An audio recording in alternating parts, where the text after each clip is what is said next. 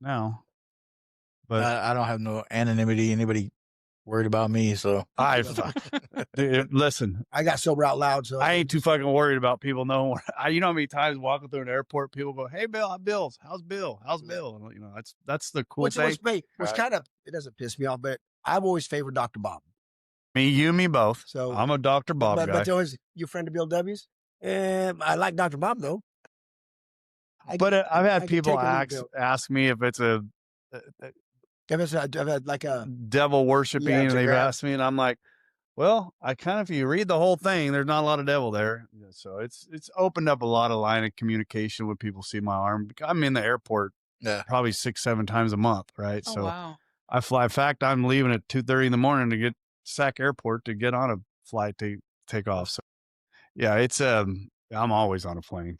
So that's one of the main reasons why I wanted this, is just open up. You know, it's everything on this arm is part of my story, right? I mean, I could tell my story by what's on my arm, and I have before. I've literally had, all the way up. So where did you say we met him and his wife? I spoke Harvest Hall. At Harvest Hall. I spoke. Birthday speaker. Right. Yeah. Oh, I remember the Serenity. It's usually him reminding me when we know people. And there we go. Look at that turn. See? Right. Yeah. I like I said, if anybody ever, I mean, I can't hide it. I don't want to hide it. Right. I mean, it's. Hey, what should I put right here? Son of a gun. Look at that. Let's go. Come on. Sure, I'm wasting time. You're wasting time. Pray us in, fool. No, it's Priscilla's going to pray for us. No, don't put me on that spot, Rob. No, because you said that. Because you're going to make my anxiety go through the roof, and we don't need that right now. This God granting the Serenity. We've had people start it that way. Yeah. God grant me the serenity to accept the things I cannot change, the courage to change the things I can, and the wisdom to know the difference. Let's go to work. Hey, you should play the old. Stop. Play the old one. I don't have it queued up. Oh, you sit on the toilet, don't you? Use that as your meditation. Not my wife, not your wife, nor anybody listening to this podcast has eaten a shit sandwich we didn't have a hand in making. Is that what you wanted? That's it. I knew that's what you wanted. That's the way it used to come on. But it had music over the top of it. It had music over it. It had music over the top of it. We had Doug on one time, and Doug's like, man, I just can't find any time to meditate. And Leg goes, well, fuck, you sit on the toilet, don't you? Yeah. There you go. Because that's your meditation. I didn't see a problem with that whatsoever. No, it's a great time. I mean, but you're there. You sit on it. Yeah. Might as well. Anyways, hi, welcome back. We got Dustin and Priscilla back. We didn't get to speak to you a whole lot. You chimed in a little bit here and there on Dustin's story, but you two are engaged, and you guys were in Las Vegas over the weekend at was that a conference, or do they call that a retreat? I think when I looked at it online, because it's a retreat. Yeah, Rob was telling me about it, and he was telling me that you guys went to a conference. So I wanted to see what it looked like, right? And he says, and I looked at it and it said a retreat. I don't know what the frickin' difference between a retreat and a conference is, but State line retreat. Yeah. It says what is it? The Woodstock of AA. Woodstock of AA. Why do they call it that? I mean, I just heard someone say, and it stuck. Sometimes things stick, and they don't have really much importance, and so I don't know. I thought maybe that was a California sober thing. Supposedly, it's supposed to be the best intellect or the best speakers that can get across the steps and intellectually, in their shares. Okay. And get across each principle. Okay. So that's what they call it, the Woodstock of AA. How did it go? I mean, I think we talked a little bit about it, but I think we talked a little bit about it off of air, but what do you think? From what I did get to experience, I was sick most of the time. That's right. And that's right. What I did experience, there was a lot of people. I was overwhelmed with the amount of sobriety in the room. The people that I did get to hear speak was from England and Tennessee. Mm-hmm. Great speakers, told their story well. I connected with one of the guys from Tennessee just because whenever there's humor involved, you get me. I'm sure. I'm like a cat. Like my attention's not very hard to get, as long as you. Right. So he was pretty, interesting. We ended up sitting next to a couple of guys, some older guys, from Peoria, Arizona. Mm-hmm. Looked like they travel doing a lot of these conventions and retreats and stuff like that. So this is what they do. I assume they're retired. 16 years, he said. Yeah. He's been to every one. Yeah. So we sat next to some recovery, and It was nice. It just like I said, I was sick, but the way I was telling you guys earlier, I think God does what He does the way He Right. does. Shut you down. Because had I Shut you got down. sick down here, I would have been running. I would have been going wedding planning, just the fellowship, the kids, the anything.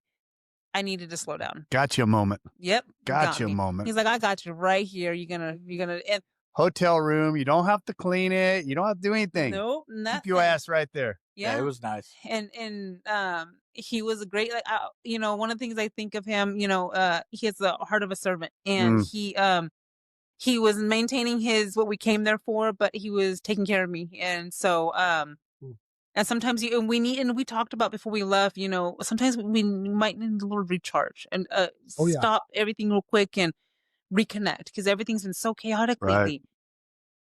Because you guys are, maybe I've talked on this episode, you're getting married in February, Yep, which February. is right around the corner. Yep. Right around the Right. corner. Yeah. So anyhow, so I am Priscilla and I'm an alcoholic and my sobriety Hi, date Priscilla. hi is You guys missed it.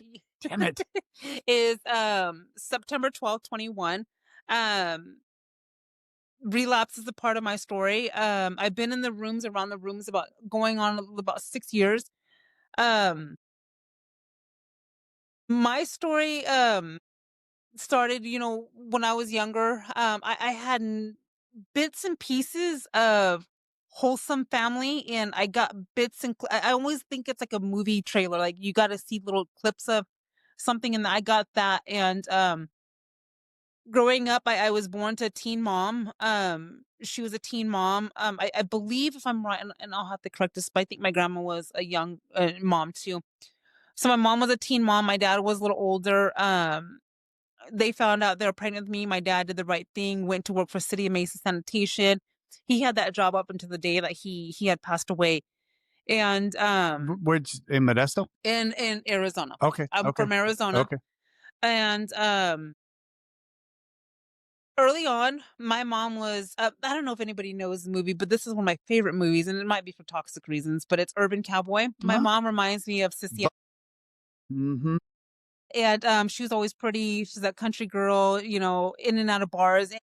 And from what I don't remember a lot of my young childhood. But what I do remember is my mom not having a lot of stability and in and out of bars. I hung out in bars. Like that was what you do. Doesn't that you don't It's everybody normal. get to go hang up on That the was my bars and eat out the childhood. cherries, you Right. know, and get the free they tell me the button to hit on the arcade games to play the games because I gotta babysit myself, you Normal. know, come on now. And one of my mom's bars was Harmilio's. And now the way I tell my childhood, my mom tells it a lot different. She's not identified as one of us, but alcohol is still very heavy in her life today. And she sees things way different than I do. I think a lot of delusion. Um, How's your and relationship with her? That being said. that it's growing. Okay. And Okay. and we'll get to that, but early on I had my grandparents on my dad's side and very religious Catholic upbringing. Great people, came from New Mexico. Had my grandparents had 5 kids. My dad, one of them. And my dad and my mom were neighborhood, you know, friends. They knew each other. And so that family was all intermingled. And that's kind of important later on my story in a little bit because my dad's family, my mom's family, and some other family were all kind of intermingled. I always seen my grandpa drink, but never like intoxicated, never like a belligerent, never like that. But I always seen beers in his hand. I remember that. Nobody was ever obsessively drinking, but then there was my mom. But again, it was so romanticized where it was fun. There's country Right. music. There was fun and I had no rules. But I went with my dad's side of the family because they broke up really early on. There was never nothing stable. When I was with my dad's side of the family, we had rules, church and bedtimes and cleanliness. And that's important because when I was with my mom, there was a time in her life when we kind of deep dive where we were living in apartments that are infested with bugs and I had to get my clean clothes to go to school the next day out of a corner pile. And I was eating dinner off of the ice cream truck and no stability. And then I'd go to my dad's and it was different. It was like two different worlds. And to me, now that I'm older, I'm like, how did you guys not see that I was living two different lives? So dysfunctional. I had a very back and forth. I probably went to 5, 6 elementaries, went to 3 junior highs, and 3 to 4 high schools. So that shows my stability that I had, lack of not having it. And then when I was probably around 10, 11-ish, my dad had finally realized what was going on or woke up. I don't know what happened. Cause I never got to have this conversation with him. But he ended up, one second, excuse me. Mhm.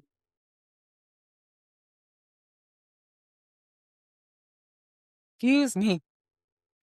He ended up I haven't done this much talking all That's weekend. fine. 1 second. You're Wait. fine. Make sure when you drink on the microphone. Larry loves it when I'll put that stuff right here and take Mm. a drink and just look at him. Everybody needs a friend like this prick. I'm telling you, it's horrible. Like I say, I don't get that version. Well, you're getting a full. Hey, You're getting hey, it all right That's now. just his opinion. He's a Bullshit. of I've course. got about 27 men inside of a room that have the same opinion. of me. Little midget. Oh shit! No, they don't. Okay. Maybe So they don't. 10, 11, around that time frame, I don't know the time frame exactly. My dad had gone to court. He was then married to my stepmom, and she had an older daughter, a few months older than me, and and then they ended up having my sister, which is a few years younger than me. And they went to court and fought for me and got custody. And my dad got custody. I started living with my stepmom, my dad, and my sister's stability. I didn't know what that was. And we had bedtimes and we had At your clean dad's. clothes. Like, Right.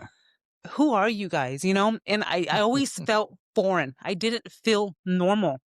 At what age did you start coming into that, though? I mean, The whole time. So for the longest time, I never felt abnormal until then. I was like, this is not right. Like something's Right. not right. Well, Like because when you're am I gonna What is it? What is that shoe gonna drop? When am I going back? when to am that? I gonna be torn again? When am I gonna Right. go back and get to have that fun again, hanging out bars and get, hang out they call it the park and swap there. We have a flea market here, Yeah. Like that's the kind of like when's it gonna happen? And it never happened. And then finally one day I remember kind of how it went. There was a phone call that happened, and I remember my dad having a conversation with my stepmom. Long story short, my mom was gonna go visit my aunt over here in California. And my mom wanted to take me on a little trip before school started. That's what he told her. I was like, all right, here we go. We're off and rolling. Well, long story short, my mom kidnapped me. She says, I'm going to take her for a few days and bring her right back. He was going to have a plane ticket, all that stuff. There was police involved. There was all kinds of stuff involved. And I was just told, don't ever answer any phone calls. If anybody, I didn't realize I was kidnapped. And I was like, and I didn't know for a long time people were looking for me. I didn't know that. how old were you? This point, I was 10 going on 11. Okay. All right. And then next thing I know, there's a lot of things going on, and I was like, Where in okay, California were you? Salida. Okay. Salida, California. And I was like, okay, this is cool. Like running, I kind of knew something was wrong, but then things were getting a little bit shaky, and like there was no stability, and we were living at my aunt's and the father of her kids because they never married. It was my cousin's dad's, and we were all living in a house. My mom was there. Shit went awry real quick. Oh, wait, yeah, we can cuss, yeah. Yeah. So stuff went awry real quick, Unfiltered. and my mom bounced, and I was like, I don't want to stay here with these fools. Like, what are this house is crowded. It's nothing but guys. But growing up, I was really close to my dad, to my grandpa, to my uncles. Like, I always had really close relationship with males in my life. Like, I had really good relationships. And then in this house, I was like, this is not what I want. And my mom went to go off. What now I found out years later was she went to go live with her much older living boyfriend that was also never claimed, but raging alcohol problem. It was disgusting. And he and she went off and left me. I was like, you kidnapped me. And I found out this years later. I'm like, you kidnapped me and then you left me. And then what the hell? Priorities. So I was there, and around 12 years old, the father of my cousins, were all in the garage one day, and he had Goldschlagers. Goldschlagers, I think that's how you Mhm. say it. flaming Dr. Peppers. Yeah. And he gave them to us. I was like, okay. This ain't so bad now. Yeah. So, all right, it's not too Black bad. licorice. Yeah. Yeah. Excuse me. Terrible. And so, I was like, so this is what we're doing, huh? That's what happened. And at the same time, my cousin, one of my cousins, he's a few months older than me, like 6 months older than me, getting tattoos. It's covered now, but it was underneath here, giving tattoos in the garage. And I'm like, And you're like 12 now? 12 years old. Yeah, that's 12 years old. And my aunt knows about it. Her baby dad, I call him baby daddy because he's never the husband. And that guy, which is my cousin's dad, again, they all ran in the same hood in Mesa, like in the Ron area. And that guy was a really close friend of my dad. And that's kind of important coming up. And letting us do tattoos, and we had no curfew. Like, we came and did whatever we want. There was no rules. There was no nothing. How many cousins? There was, and living in the house, there was David, Henry, Ricky. So there was got a posse. 4. There was 4 of them. One of them I thought was my brother for the longest time, which it was so ass backwards. And he, anyhow, so there was 4 all together at the time. And Like a brother. he totally like a brother. And I thought he was my brother. But anyhow, we're all in the same household, and again, we did what we wanted. Like, there was one story that was so significant that me and one of my cousins, Ricky, he won't mind his name, but we got drunk, and back then we would take a bunch of mini thins and see how high we can get drunk. And I remember my aunt made Cross-talk. my aunt had made beef stroganoff hamburger helper. And I remember I was eating it, and that was a good meal for us because, money was tight. And I got sick. And then my aunt goes, "What's wrong with her?" And he goes, "Oh, we just took some mini." So again, she was telling her what happened, but there's no repercussion. Wow. Only thing she was mad is that I Wow. got sick, and I better clean it up. So there was no repercussions. There's nothing ever. I lived across the street. I was always late. Like, the school, literally, there's the house, road, the backyard to the school, like Slida Middle School. That's now a Slida Elementary, but and I was late all the time. The school knew, like, we were like a family problem. Like, we were just drama. Like, you were that family. that family, Yeah. And Did you know at that time you were that family? oh no, not Thought at it all. was normal. But then when I started going to other friends' houses, and I caught one of my friends, I won't say her name because I hope she finds the rooms one day. But her mom, I was in her house, and she's like, "I don't want you hanging out with that girl," and I heard it. I'm like, "Oh, I'm That. And that was one of the girls I always envied and looked up to because, like, they had snacks and, like, they had after school routines and they had things that I didn't I had have. a friend like that. Like, Yeah. like, we didn't have those things. Like, now when I was in Arizona, like, I had the nicer things, like when I was with my dad and them, but always my mom's, we were slumming it. Like, and I'm like, oh, so anyhow, so that's how that happened. And during this time frame, the father of my aunt's kids, he molested me. And that was one of my dad's closest friends. One of Ouch. his closest friends.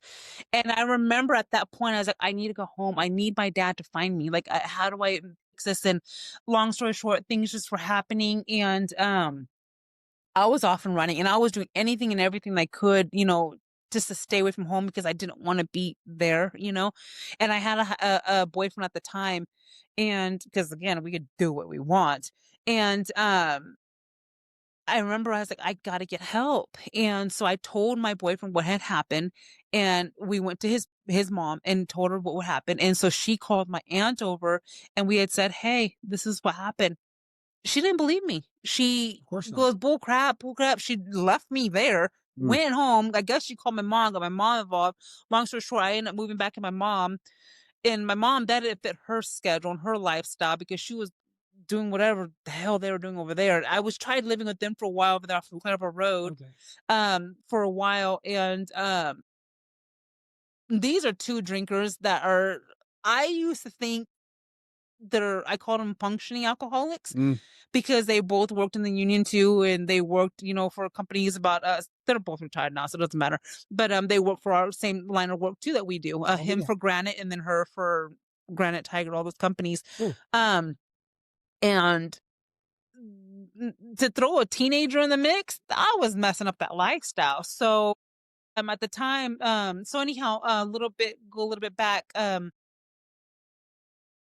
was one little break where my dad had separated from my stepmom, and he was staying at my grandparents' house in Prescott Valley, and I wanted to tell him what happened so bad. I wanted to tell him, and I was like, I can't, because I felt Why like it did was you my think you fault. couldn't? I You felt felt like like it it was was my your fault. fault. I felt like I was dirty. Like I felt it was my fault, and Shame. so Sucks. and then it was his friend. You know, I'm like, how do I do? I don't want to hurt my dad's feelings. Like, Question: did he touch his own? He didn't have any daughters, did he? he did not. But years later, I found out when I was an adult, he touched his own nieces. Okay. Yeah, so it wasn't a time No, offender. it usually isn't. Yeah, Okay. and so and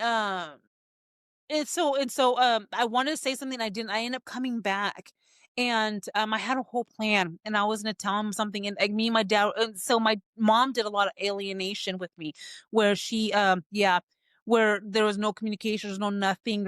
But she was collecting that child support, even though he had a court order. A lot of alienation. I She was was living hold on a second. Yeah. She was collecting child support even though she basically kidnapped you? My dad, I don't know, but I like to say he was very codependent enabler, Okay, because he that was makes a lot of sending sense. money Yeah. because Yeah, I'm that his makes daughter.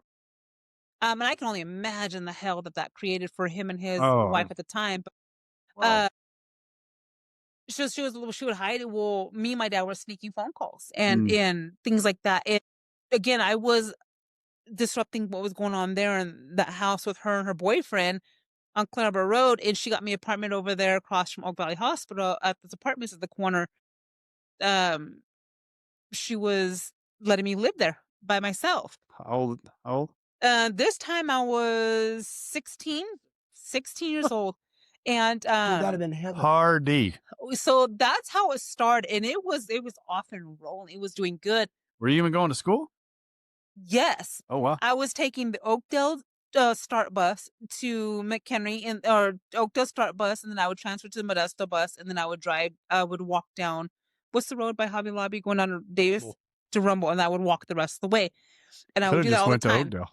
Could have, but I would need a parent to sign me up, and okay. that would take some of her effort, and that wasn't going to happen. All her friends are still from Salida. Yeah. Right? Yeah. I did try going to Salida Middle School, and that was just a big to Oakdale Junior High. That just didn't work out too long. And then we went back to Salida Middle School again because my mom there was a little bit lots where I went back and forth. But so that was going on through high school. And yeah, I was running amok. I was trying to do good. I was trying to do better. And back in 8th grade, I don't know what happened. I was trying to do better, and I wanted to do better because, again, I was, having a little bit of, epiphanies. I don't know what it was, but I was trying to do good, and I got rewarded. Got an award, the most improved, because I was doing good and I was showing up to school. And when I used this, I was actually smart. Ooh. And my dad was so proud of that. And that's one of my last I bet pictures. he was. I was one of the last pictures I have of my dad. My dad and my grandparents, they came to my 8th grade graduation, and he was so proud of that award that I got, and that was one of the highlight my moments with my dad and my grandparents coming to California and stuff like that. And they went back, and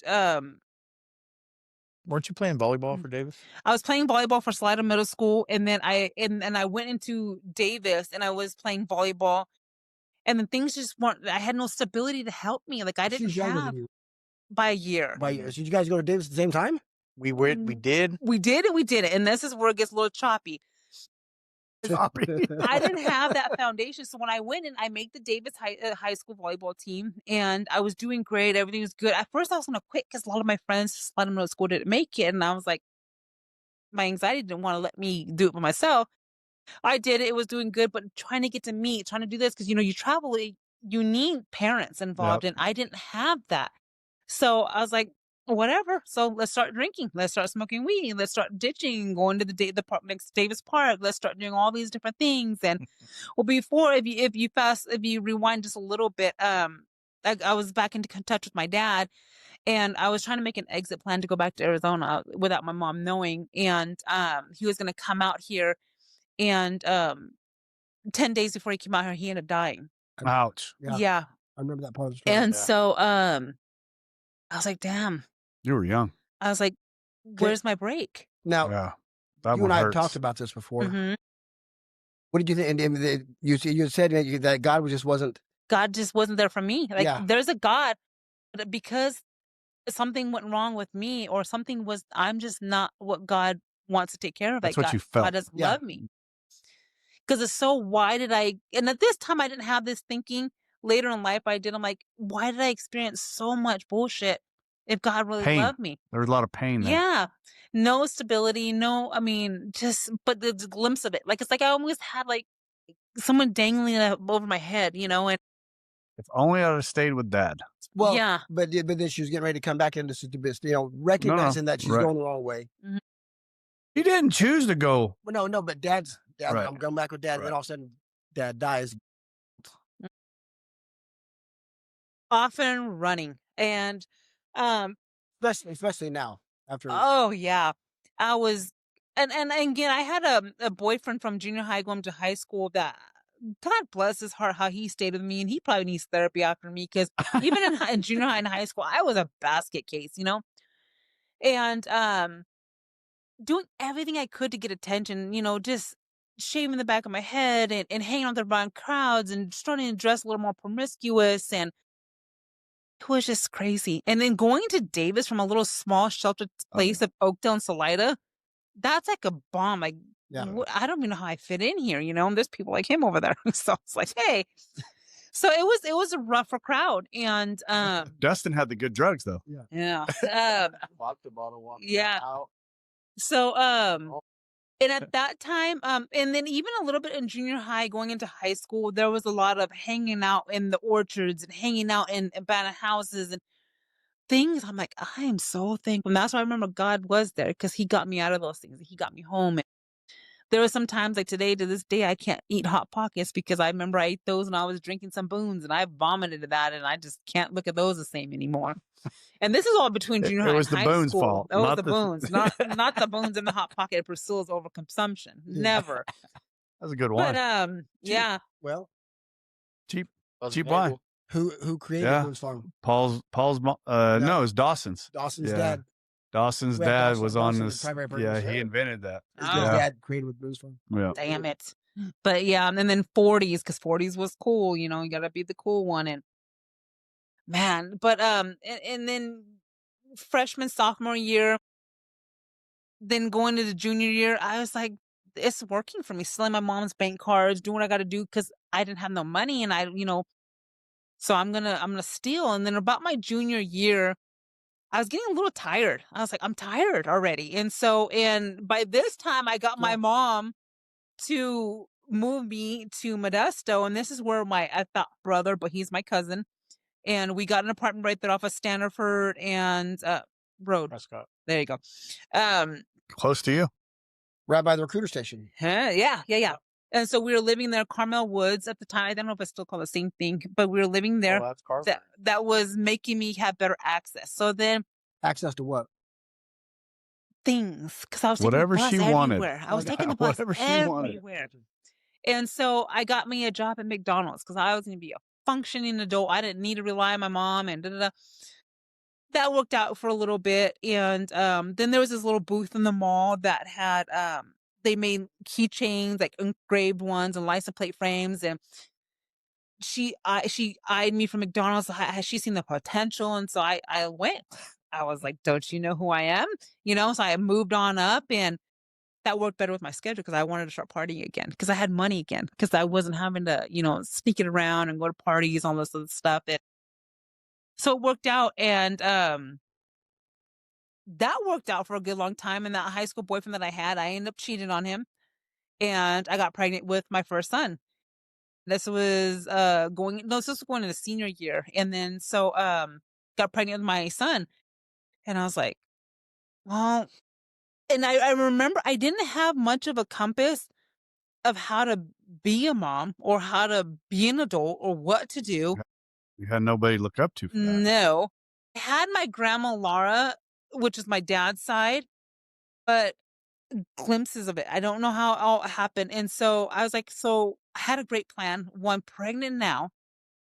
So let's do the opposite of everything she did. We'll do that, the opposite. And that worked for a very long time. So one of those things is I'm not going to drink. So I stayed sober throughout the whole pregnancy. I got with a guy, he was 7 years older than me and I was 17. So you do the math there. This is my oldest son's dad. Okay. Yeah. So there you go. And Look so, at the and then, brain on Rob. he is not a claimed one of us, but he had to stop drinking heavy like us because he had medical issues that made him stop. But he has the same lot of stories as we did. As you can know, that romance lasted real long. And there was a quick engagement and there was a lot of and by this time, I was coming into being 18 and I came into an inheritance from my dad. Because my dad, when he had passed away, he had left me some money. And so here I am with a baby and apartment of my own and a large sum of money. Well, and then I was with him, with my son's dad, and we were off and running. And I was still wanting to drink. I was still wanting to party. He wasn't having any of that because, again, he can't. So it's not like he was doing the right thing. He just couldn't. So he went out the picture. And Yeah, because he can't drink with you. You got to go. he's gone. And I need a partner. yes. And so he had really great parents. And sometimes I always joke, and my son knows, I said, man, how did those two great people have him? Because he is an opposite of his parents. And now I get along really good with my son's dad. And they are great to me. They're beneficial to me because I'm self-centered and selfish. And what they did is they allowed me to work, even though I had inheritance. I was doing the right thing and I was going to work. And they would watch my son from Monday through Thursday, and they'd get him Friday. I'd drop him off Thursday night, and they'd have him all day Friday, and I'd pick him up again Sunday. Those were times I was drinking. Oh, yeah. Oh, I was partying. I was picking up my son hungover. And I'm not even 21 yet, but it doesn't matter. I was off and running. And him and I got back together because whatever. We blew that money. He stole most of it. And then because he's such a great guy. And the rest of it, I blew. Shopping, because I have a shopping addiction. And then alcohol and partying. It was just off and running. It was gone. Inheritance, non-existent. And then ditched him again. And partying, having a good time. Still, at this time, I was 18. And partying, and then I mean heavy. And I'm not even just waiting till I guess when my son goes to bed at night, even when I have him in my care, I'm drinking at night and I'm partying and but I'm going to work, functioning alcoholic, because my mom taught me that. And it was just, it worked. It worked for a while. And then here comes Prince Charming. Normally these guys, when they meet you and you start vomiting, they're off and running like, oh, we're not trying to deal with this. Well, here's one that held my hair when I threw up. Yes. What a gentleman. That's a gentleman right there. This one, because either a gentleman or horny. I don't know which one. I think, yeah. So, and I think we're going to go with the second one when we get to this detail. When we get to this detail, it might answer for that. I was drunk and I didn't ask for aid. I didn't care. You have money, you drink with me, like you're fine. You fit the quote. You're fine. Right. Yeah. Standards weren't that high when you're drunk. And come out to be about a month or so later at a date. He's 14 years older than I was. Perfect. Yeah. I didn't see a problem with it. He definitely didn't see a problem with it. Father figure? Yeah, something like that. Then a little bit long down the line, after some partying, I ended up pregnant again. With his? So I have two baby daddies. The hair holder. The hair holder, the romantic one. Yeah. So 17 and 19. So I have both my kids, 17 and 19. And I was like, okay, we're going to do this again. We'll stop drinking. But this is the party guy. Like, so afterwards, we're going to still drink. And I tried for a while. I tried to balance it. I didn't realize how much of a drinker he was. I was like, this is kind of interfering with my drinking because I'm having to watch We'll him. take care of him. Mm-hmm. I'm holding his hair. Yeah. Well, and then he's not coming home. And then there's DUIs. And then there's abuse. And then there's no money. And then there's going through you get these drunk spots and just go dump all our groceries out. or just start damaging, just weird stuff. Like I was like, this guy's killing my buzz. So somebody had to get rid of this guy. Yeah, so somebody had to be the sober one, and that ended up being me. And now I look back, that was God, because had my kids have to experience two drunks like that, it doesn't mean that I was sober the whole duration, because I was with that in that relationship for 18 years. Oh shit. Yeah, took me a long time to learn to leave. But there was spouts where I would have chances to drink. I would have chances to drink, and when I drank, it was always excessively, not just to have a buzz. It was let me get that feeling that I'm trying to reach. And check out. You wanted to check out. Always. Yeah. And and then early on it was established we were a Hispanic family, and it came on really early that he was going to work and I was going to stay home. And I was okay with that, because I seen how my grandparents were. My grandfather worked and my grandma stayed home. I'm okay with that. And it was always that way. I had no access to the accounts, to the financial, there's a lot of control. But a little bit of me, now that I'm growing and healing, I thrived off of that, because I didn't have to think for myself, and I was provided for. I had a home, I had cars, I had everything that I needed. I had that stability that I was looking for. This is just the form that I had to come in. This is how my process thought. And everything was fine. Everything on the outside looked great. Like, my kids had the nice clothes. They were in sports. Because remember, I did everything opposite. And I made a goal, little goals. Like, my kids were going to have the same elementary, same middle school, same high school, because I want them to have what I didn't have, roots. And I wanted to give that to them. I was able to accomplish that. And I'm very thankful for that. And I'm glad that my kids both graduated high school. They both had the same, there's the kids, like the teachers that I had, they had, my kids have those childhood friends now. And I'm so blessed. And there was God in that. But then, nice clothes, sports with nice cars. On the outside, everything looked beautiful. It looked great. They didn't realize that on the inside I was dying. And there was one time that I thought, but I didn't know anything about AA. I was on the kitchen floor crying because I found out he had yet another affair. And there was another affair. And this was like a long, invested affair. Like, it wasn't just a fling. Like, he had a relationship. It was a love. I caught him. He was shit-faced drunk, and I caught him red-handed, and she didn't deny it. He didn't deny it. It was just, and it came up to one of those conversations where he's like, he told her, I'm not going to leave my wife. So what do you want to do? And she's like, well, I don't want to leave you. So they're happy with that. And I was like, oh, this is not going to happen. So I knew they really call that a throuple now. Yeah. So, I wasn't and he had gone to work, and, I was on the kitchen floor crying, and I called my aunt. She lived we lived off of Dell and Snyder at that time in some townhouses. And she lived in the one across the street from me, like literally right across the street. And I called her and crying, and she was like, you're drunk. And I was like, yes. And she's like, you're drunk again. And she noticed I'm drunk, so I just hung up. And I was like, people know I'm drunk before, wow. Yeah. So that was one of my moments I had, a little bit of a clarity. Yeah. And I was like, and I didn't want her to tell my husband at the time. So I was like, better act right, better get my shit together. And listen to the alcoholic. Oh yeah. Better act right, not be right. Yeah. And then I was able to hide drinking alcohol that I like, because I like vodka mostly. Taka. Oh, not yet. Yeah. Well, I was higher class than that. Come on, Rob. Absolute.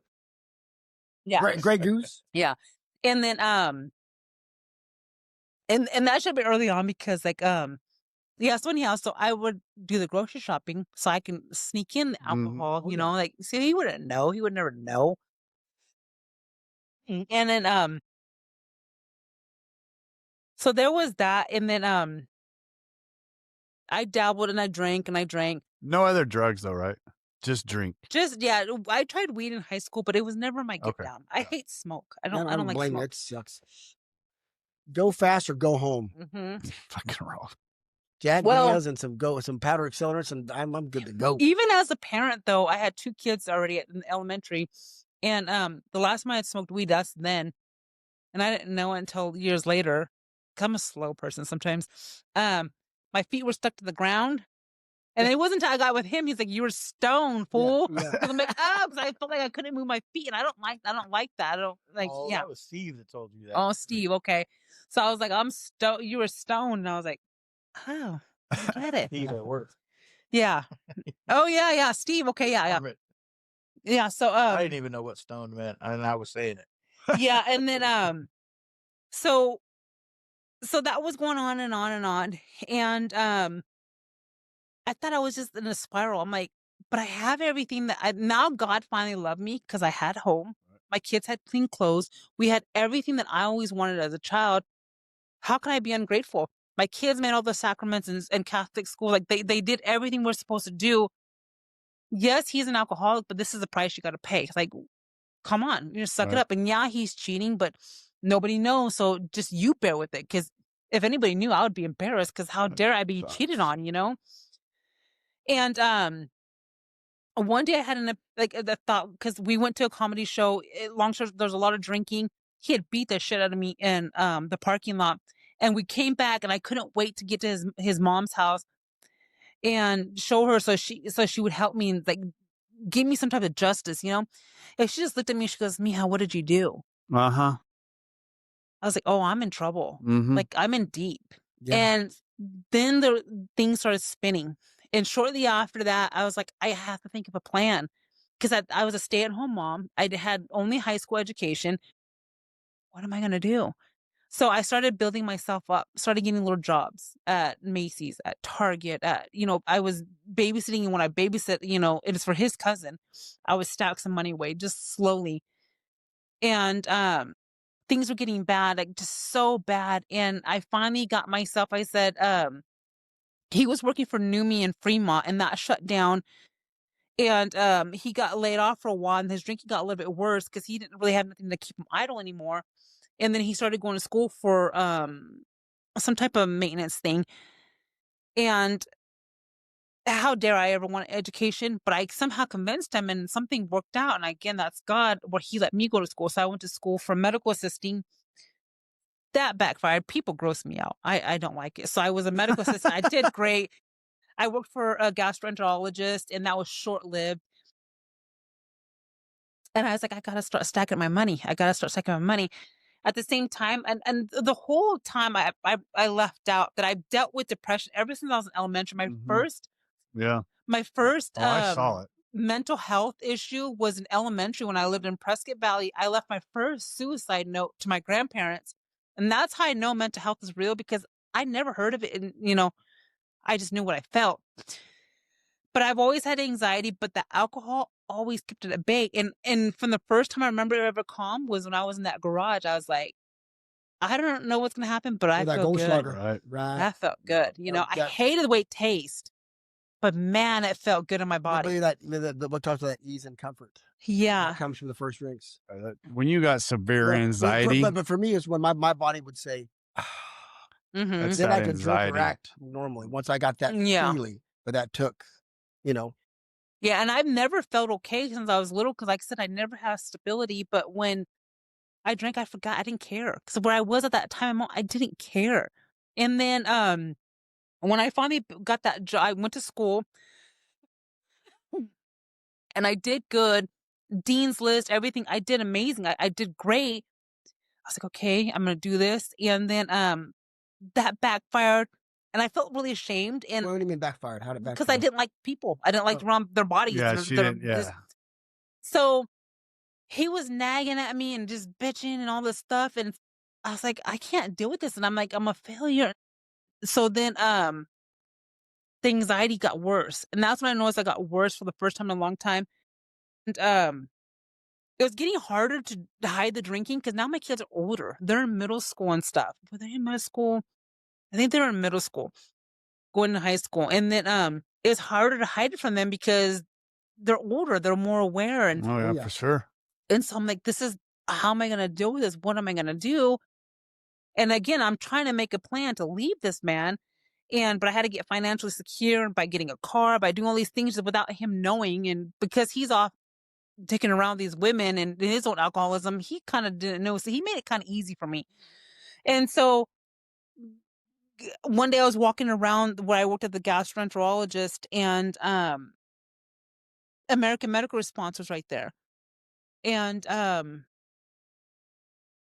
something said, I think they're hiring. I don't know how it came about, but somebody I knew said, "Hey, why don't you apply?" Because she was walking in the parking lot. So she's like, she asked me where I was working. I was like, "Yeah."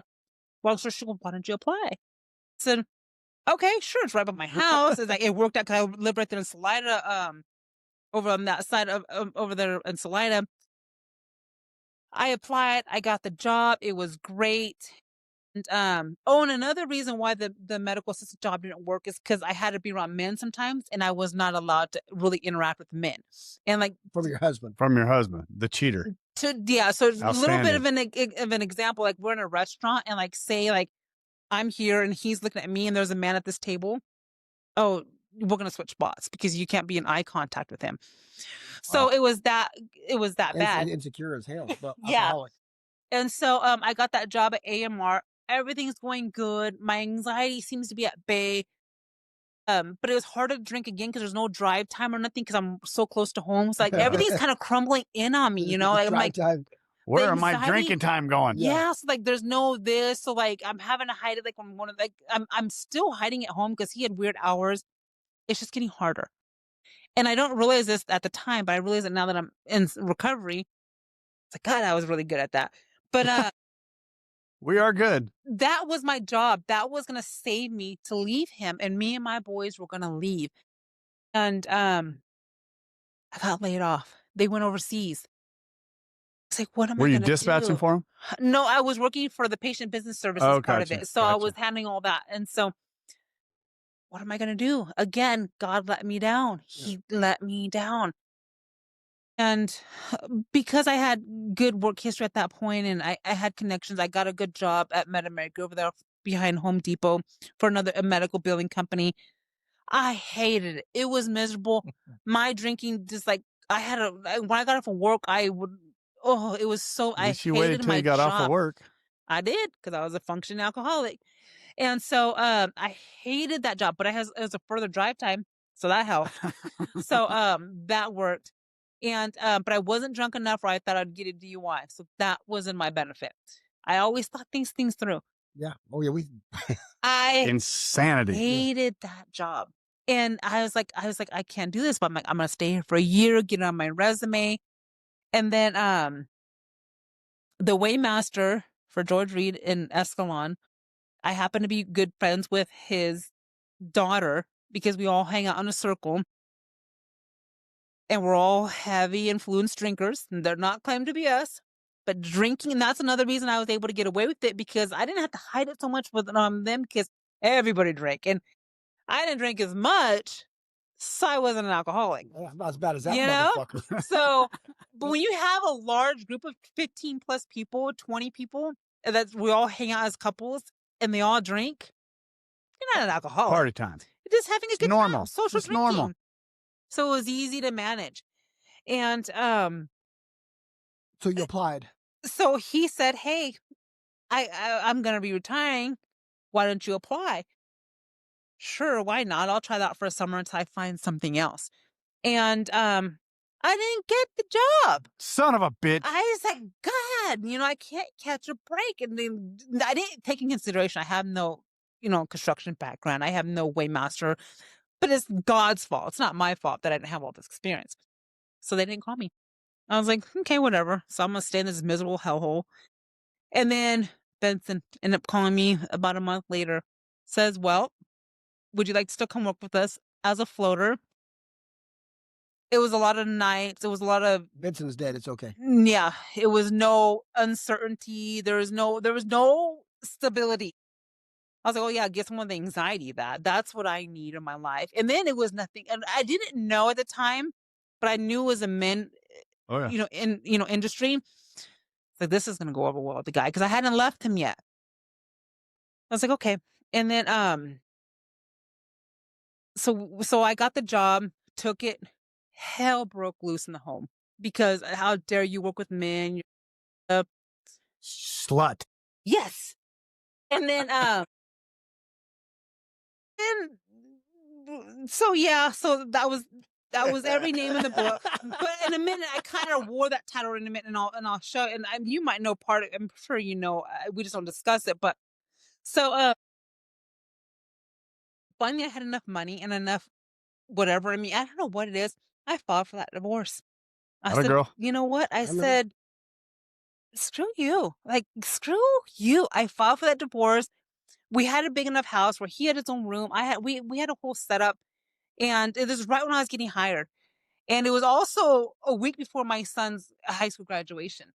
And my oldest son. And we had a situation. And for that, the longest time, we were kind of living separately. We just never had nothing on paper. But I stuck that fork in the ground, and this is it. I'm leaving you. I'm out. Yeah. I'm either gonna get a divorce or he's gonna kill me. One of the two. But thankfully, Either way, I'm out. He was Yeah. living in a. he was living in another room. I didn't believe it at first. I'm Yeah. like, Because we were doing that for a while. Like it was A lot of people do that. So he was down the hall for quite a while. And he was doing this on the, and I knew what he was doing. And me, I didn't care because it was just me, my kids, my money, my hustle, and then trying to drink. Right. So I had my own things. He had his own things. It was fine. And, but something told me when he was on my ass, I was like, I just gotta file. I gotta file. So I filed. And this was back in 2018. And, yeah, 2018. I'm bad with time frames. Anyhow, so that's about right. Because, so I started this job, and I was my drinking was already out of hand. Like it was bullshit. Like I was drinking I used to say never drink on weekdays because that's what alcoholics do. that's what we do. I was drinking on weekdays. Never drink when you're driving. I was doing all those. Bullshit. Yeah. So I was doing so many things that I broke my own rules. And, this night job. Yeah. this night job, I was all backwards, just crazy hours, making good money though. And I was just running around and in a whole new industry, anxiety is going crazy. And partying, I'm loving it. I'm a single independent woman, don't you know? And making my own with money. my ex living in the same house, but I'm independent. Oh yes. And it's just the way you got to think of things. white picket fence. Oh, we had a beautiful home. With custom home built from the ground up. It was beautiful. Nice cars, everything. But again, we were miserable. And The night job was at my plant. sure was. Real Linda. No, Clements. That was one of my night jobs. And then that was the night job. Because Mona Perkins and Jackson didn't have night positions. But I did end up going to Rio Linda down the road a little bit. But man, my drinking was going good. And but nobody knew. Even better. Nobody knew That you so thought. I thought. Yeah. That you thought. And somebody before you, because you hadn't really talked to me yet. Somebody there, and again, it's all men, All right. approached me, and I thought, because the first thing you do when you look at a man, there's a wedding ring, right? Mm-hmm. This guy wasn't wearing a wedding ring, and started a relationship. And he was, I don't know his story. I don't know him well enough to know. And that was a really tumultuous, like really toxic relationship that ended. But that my drinking was very fueled with that too. And then along that time, you came along, and he was talking some gibberish. I remember. You mean Rob came along. Rob came along, and he was talking And some that's when gibberish. your life went to shit. And it was just some gibberish about, and I can't remember because I think one of the times you talked to me, just my mindset wasn't well. And you're like, and it's something about how you sponsor, you sponsor people, and I'm just like, but you weren't inviting me, so I'm like, what is he trying to say? Like, what is his deal? Planting the seed. Planting the seed, and I didn't get it, and I didn't get this whole conversation with Rob until years later when I was with him. Because then that was my first introduction to AA, and I didn't realize it was my first introduction to AA. And it came to you in the form of a midget. It came to me in the form of Rob. And I was just like... Well, because when I would come in, she was working the night job. When I would come in, I'd come in early to get with the night guys. Priscilla would regale me with this fucking relationship that she's in, and this, that's just, not, she's never said the person's name, but I knew exactly who she was talking about. Just listen, and I would drop some AA stuff and just, just listen. Yep. Just never listen. judged. No, never. On his head, I don't know. I ain't no better. Who am I to judge? But I was just listening and just waiting. I can picture. I can just picture that in my head right now. Yeah. Rob, So you were with this person. Sorry, Larry. it's fine. No, you get in, man. Jump in. You were with this person at the time. Yeah. That was. You know working who it for- is. Yeah. Yeah. Okay. Yeah. And then that's one thing about this program has taught me, and I'm so glad that I can sit across from this table and speak openly because there's no secret and it's transparency. Yeah. So he knows about that. And I ended up being involved with the married man. And I didn't know it at first because I have divorce papers in the back of my car and all the whole spiel, I'm like, oh yeah. And then when I did know, for a minute, I'm like, let me see if I can win. Let me see if I can be the one. Like, cause I want to be the chosen one, I want to be the one that's chosen, And after a while, I was just like, that got very violent. It got very emotionally abusive. And then it was just toxic. And then the violence, I was like, that was it. You just got out of that relationship. I was like, I just got out of this and I'm seeing all in the beginning. So I'm going to just let this go. And it didn't end good. And I got out okay. It was okay. So that ended. And I was still off partying. I was still doing my thing, still having a good old time. And were you still living with your ex-husband at this? Well, you guys were in the same. Yes. Okay. He was in and out Outstanding. between his dad and that because the toxic is what I do. This is what we do. And the 2019 Christmas party with you and Katrina. Oh, yeah. That was a good one. Because I was still drinking. 19, Christmas party. And again, you don't drink at work. You could drink right after, right before. You don't drink at work because I had these rules. Bosses around. Rob's there. My other bosses are there. Everybody's around. I'm shit-faced. I am just shit-faced.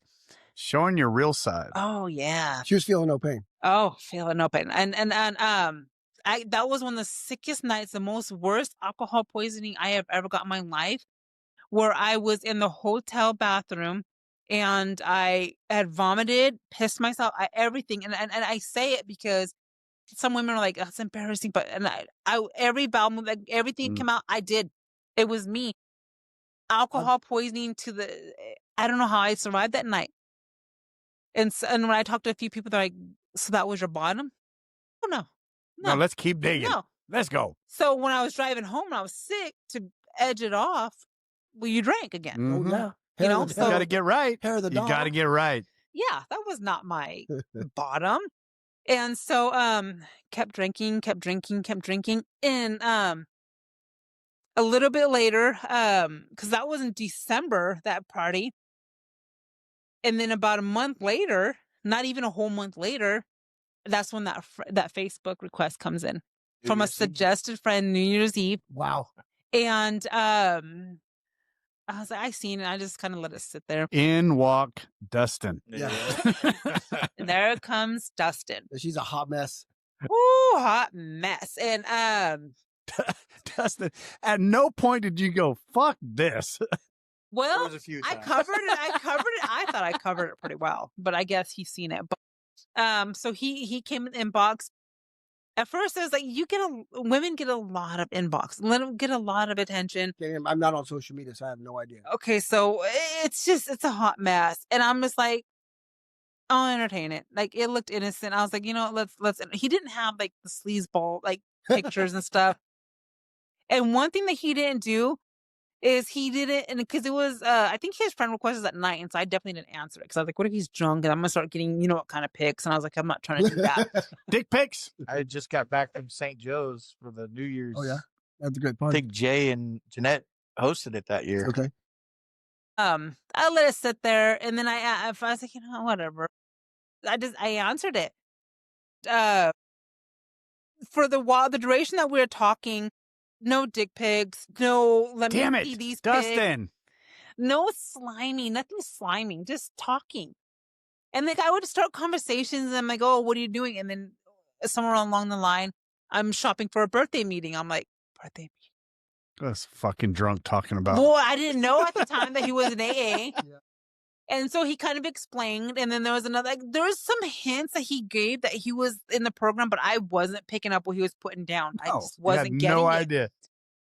And then when I finally got it, and he came out and said, you know, I'm in AA, and I'm like, oh, Defriend. well, then I'm like, I Googled what's AA, and I'm like, because my first encounter was Rob, but he never spilled that info on me. So I had to do the research on him. I'm like, this fool's going to kill my buzz. Like, he's going to kill my good time.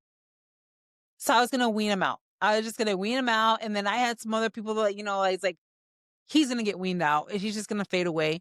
And he didn't fade away. The conversation was good. It was healthy and it was like nice. And he was always with his daughters and he was this. It was just so many things.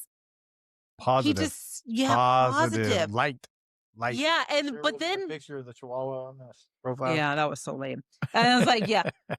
But he it was healthy. And I was like, this is not like the guys I'm meeting in the bars. Like, this is not the guys that I'm like, what's going on, you know? Not at all. And it was weird. I'm like, oh, I know what AA is, because one of the places, the dive places I would go to drink was right next to Northside. Mm-hmm. And I was like, that was, I got an altercation there that I started. I wasn't proud of it, but it happened. And so I'm like, I know what AA is. I'm like, those are the fools next door, you know, and because I was already talking to him. And I didn't realize at the time, but fools next door.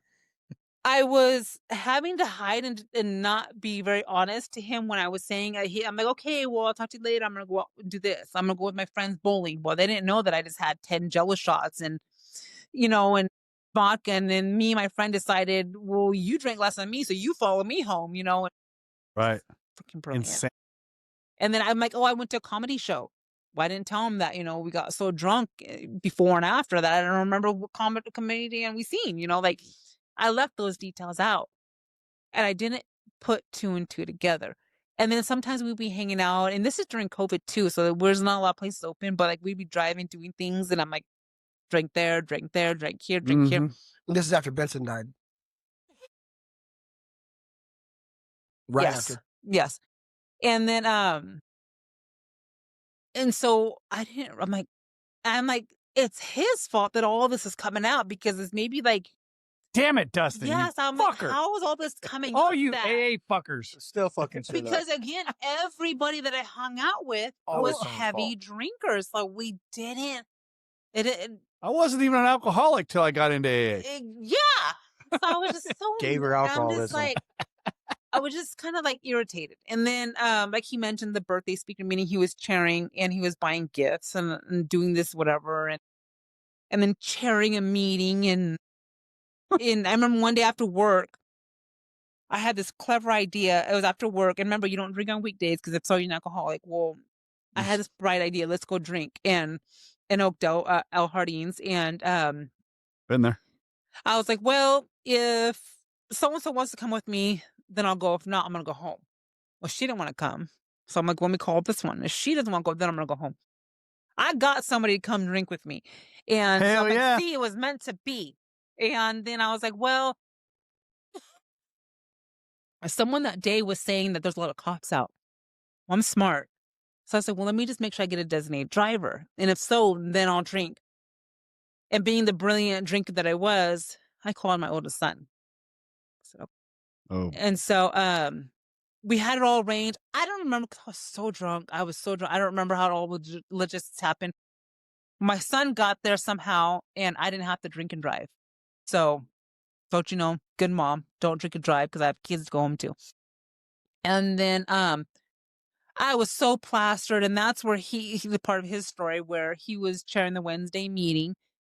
And don't you know, I want my man. I want to talk to him. And I wanted to ring. It's your man. Oh, at this time, I was drunk. And we hadn't even made things that official. drunk call. Yeah. The drunk call. We weren't even official yet. Oh, yeah. We were, no, but I want to talk to him. I'm going to show him some AA. Yeah. So, and she was on the phone with me, and I'm looking for a topic. Yeah. And then Katrina took the phone from her. Yeah. And then I was so plastered. And then, so it's time to go home. I had vomited, came back, drank some more. I was like, okay, now I'm ready to go. Puking rally. Yeah. And then, but I'm a good drunk. I cleaned up with myself. I remember that. Sobered me up. Did So you I was hold like, your own hair that time? I did. Jimmy was in the car. Well, not yet. That was the second time I threw up. Oh, But so inside the restaurant, I drank and I threw up once. because I cleaned it. I lost a little bit of my buzz. So I went back out there and I was like, well, let me get a little bit more before I go home. And then we're driving down the main street in Oakdale, and on the right-hand side, I was in the back seat, and then I told my son, pull over because I got to throw up. And so I went to throw up, and then I was just like barfing at the side of the road in downtown Oakdale on a Wednesday evening. Yeah. And then I looked up at my son in the driver's seat, and he was just smiling and laughing. And I was like, that's not normal. Mm-mm. That's not normal, you know? And I was like, okay, this is not okay. This is not normal. And then I'm thinking to myself, then my mind started racing because my friend was drinking too, and she drove her own car home, and all these thoughts had killed my buzz, and we're driving home. And I just felt like the shittiest person. But I still wasn't done. You know, I still wasn't done. But that his face kept showing up to me. And so that's when I was telling him, I was like, you know, and he wouldn't invite me to a meeting. I was like, what a dick. You know, maybe he has girls or something over there that he doesn't want me to see or whatever. Because I was highly insecure and Well, you had been treated that way. insecure, jealous, very all those Right. things.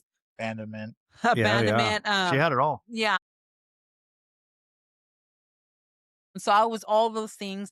And then finally I was like, I want to go to a meeting and take me to a fucking meeting. Like, I want to go. I want to support you. I want to go. Yeah.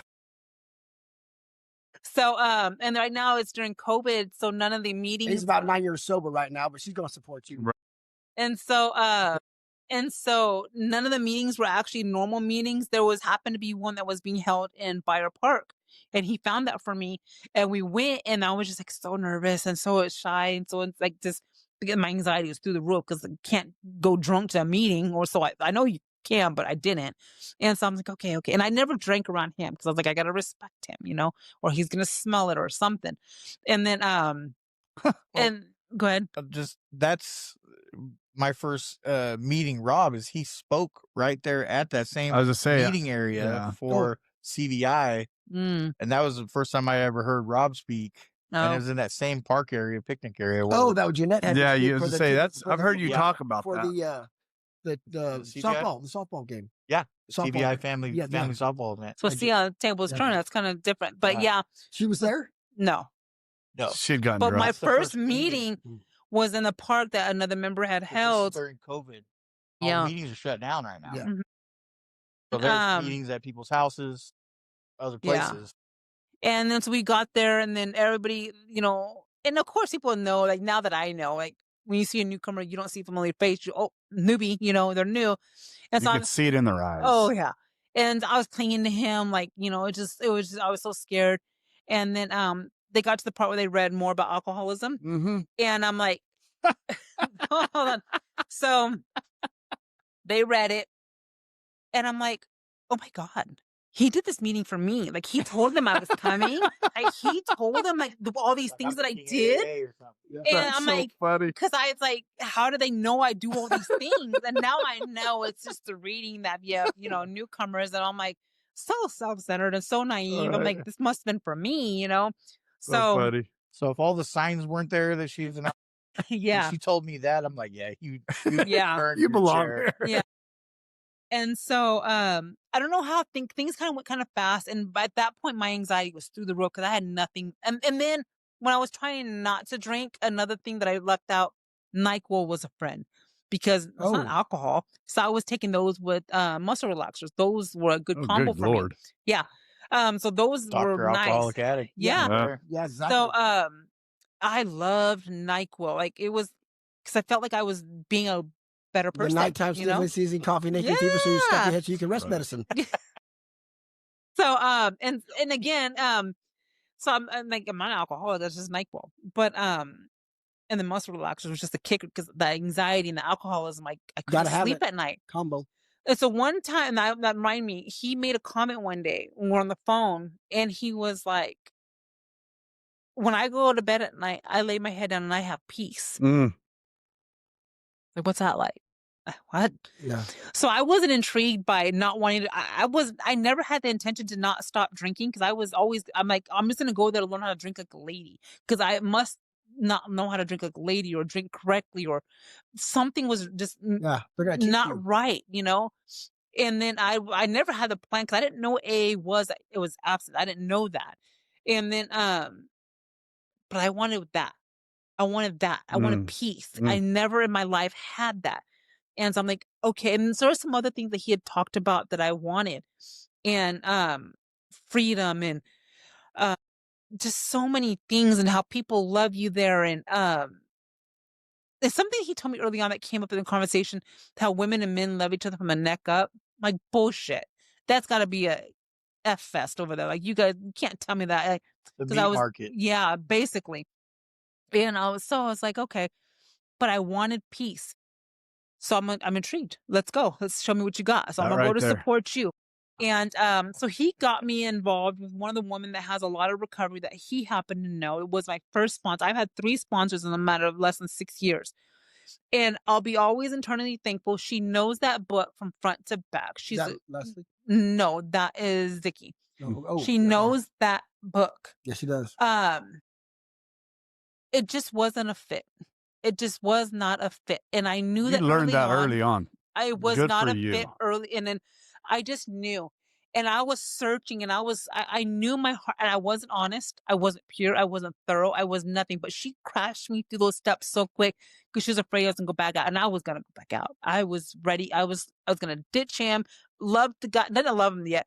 Liked him a lot. Wanted that. I seen the potential, but I was You he wanted was your gonna- alcohol. I wanted alcohol and he was gonna get in the way of that. Damn And it, so I was like, Dustin, dang you it. fucker. Yeah. So but I trusted the path and I went with her. And this is why I know God would intervene because I knew she wasn't the sponsor for me. And I was like, but how could that not be? She has so much knowledge. She has so many sponsees. What's wrong with me? You know, once again, I don't fit in. And so one day him and I were going at it. Life was happening, money and instability again. And I was freaking out. I'm like going back to my childhood because I didn't know where I was going to go with the divorce because he was controlling the house and things like this. And by then I didn't have like there were so many things that were up in the air. And for the first time I had to venture out and get my own place with my kids. And it was really scary. And because like living there was no longer healthy anymore with him in the same house. And anyhow, so there's things going on. And I never wanted to go to a meeting alone because again, the anxiety, it was crippling. Like I couldn't move. Like sometimes my anxiety gets to me and I'll just freeze because I can't move. My body doesn't know how to function. But this night, I know my higher power walked with me in that room. I sat in that room and he wasn't there. It was in an evening meeting because I wanted to drink. And I said, I gotta go to a meeting. I don't know what else to do. I don't think it's gonna work. And if anything, I'll just drink after. But I went and I seen a woman that was in that meeting. And you don't see a lot of Hispanic women in well, I didn't see a lot of Hispanic women in the meetings. And I happen to see, and even though I'm half, I relate more to my Hispanic side because I just do. And she started to share. And I feel like there was like AA halo just went over her arms. Like God was calling me to her. And she had a nice bag. She had the This nice gave me nails. chills. She just everything she was saying was just she was so fluid. She was so vocal. She was so outspoken. And I don't know if you can remember, Rob, but me about 6-7 years ago, I was more quiet, more just stay under the radar, more spoken to. Like I don't want to. This woman, she had a voice and she said it with her chest. She was strong in who she was. I want that. Yep. I want, and the nice bag that she had on the table, I wanted that too. And I'm all about materialistic things at this point still. And I walked up to her and I just said whatever I said to her and asked her if she'd sponsor me. She said, yeah. I said, okay. And so I let my old sponsor know, hey, it's You're not gonna fired. work. Yeah. And this is what's gonna happen. And I love that woman. That name's Alicia. And she walked me through the steps and she helped me with a lot of growth. She helped me to love myself, that self-affirmations, those words of affirmations. There you go. she helped me through things that I didn't know I needed help with. She helped me to grow. She helped me to love who I am and to understand that I'm not my past and I'm not what people made me like. She was a good woman to me. She's very involved in the room. She has sponsees. She has a sponsor. She's a good woman. We became really good friends, very good friends. Well, we would hang out. We would eat. We would supposed to meet up to do step work. We'd end up eating. We ended up getting our nails done. We ended up doing this. We ended up doing that. We became friends. There was, the best. Well, That's It not was the and it accountability- wasn't. The accountability. it was and Can it and can't wasn't. be. Yeah. Unfortunately for me and her, we became friends and AA went out the door. For us. This is Wow, just my really? experience. This was just my experience. Really? Where but man, that woman would lay down everything from I know she's got the heart. I mean, her heart, she loves her God. She's a good woman. She helped me to reconnect and want me to find my relationship with my higher power. That is forever grateful for her because I didn't have the relationship with God because don't you know he don't love me. He forgot about Right. me, you know? She told me that wasn't true. And I'm forever, ever grateful to her for that. And During that time, though, yeah. if I can interject, Yeah. during that time when some meetings started opening back up, Right. and she was telling me, I just don't feel this person. I need another sponsor. So I'm saying, okay, there's a women's meeting here. There's women's. The anxiety that Mhm. she had. Tried to go to Northside to a 7 a.m. and she freaking held my knee the whole freaking time. Yeah. So the moment when because I don't know if you remember that night, you called me. She's like, "There's this girl and she had this bag and she's Mexican and I had already been wanting to point her in that direction, but God worked. To this, for that I knew particular as soon as lady. she told me To that she started particular to lady. shy, it's like, oh, it's Alicia. Yeah. I knew it from the moment. I'm gonna get in chills right now. But I didn't point her in that. She had to do it on her own. She had Yeah. to do that, make that leap. Mm. Now that the meetings were opening back up, I was making the suggestions. Well, there's this meeting, there's other women's meetings. I was even throwing out names with 30 Were you years guys of living together sobriety. at this point, or were you No. still trying to work? No. You were working relationships still separately. Were you even really together at this Yeah, point? we were together. Okay. We were okay. together, yeah. Okay. Yeah. And so I asked her to be my sponsor and things were great. Like I said, she helped me connect with my higher power, which I think that's what she was put in my life for. She helped me to create that relationship with my higher power. She's just an amazing woman. When I had it, some things were going on with me though. And now I learned with my current sponsor and talking to other people, I just outgrew her. Mhm. And that's okay. And when I ended up having to leave her, I asked before I did. I talked to Rob. I talked to my partner. I talked to people that I respected in the Right. program. Good for you. And Good for you. because I didn't want to make no decisions because I didn't trust myself. Your you know? sobriety. Yeah. Right. And so I did everything that I had to do. And when I told her, because I was always taught from my first sponsor, when you leave a sponsor, you tell that sponsor, you don't just leave them in the hanging. You tell them. Ain't you what know? Rob told me. Well, Rob told that's what me. they told me. Jay will figure it out sooner or Well, later. that's Jay, too. Yeah. So I told her, and It'll injure them or others, though. That's what I've been Yeah. told. No, but with Jay, because Jay basically pawned him off on me. He didn't fucking stop acting like I was a fucking charity case, Well, fucker. He introduced us, Yes. and then he walked off. Yes. And he goes, "Well, should I go tell Jay?"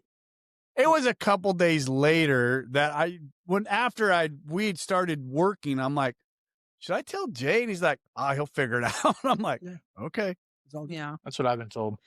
But when I told that sponsor, Alicia, that, I remember the phone call. I was driving down Langworth, coming home from work, and I remember I just had to do it. I had to do it then, and we cried on the phone with each other because I love her, and to this day I still love her. She's one of my contacts. She's gonna be at our wedding. Like, I love this woman, and I love her sobriety.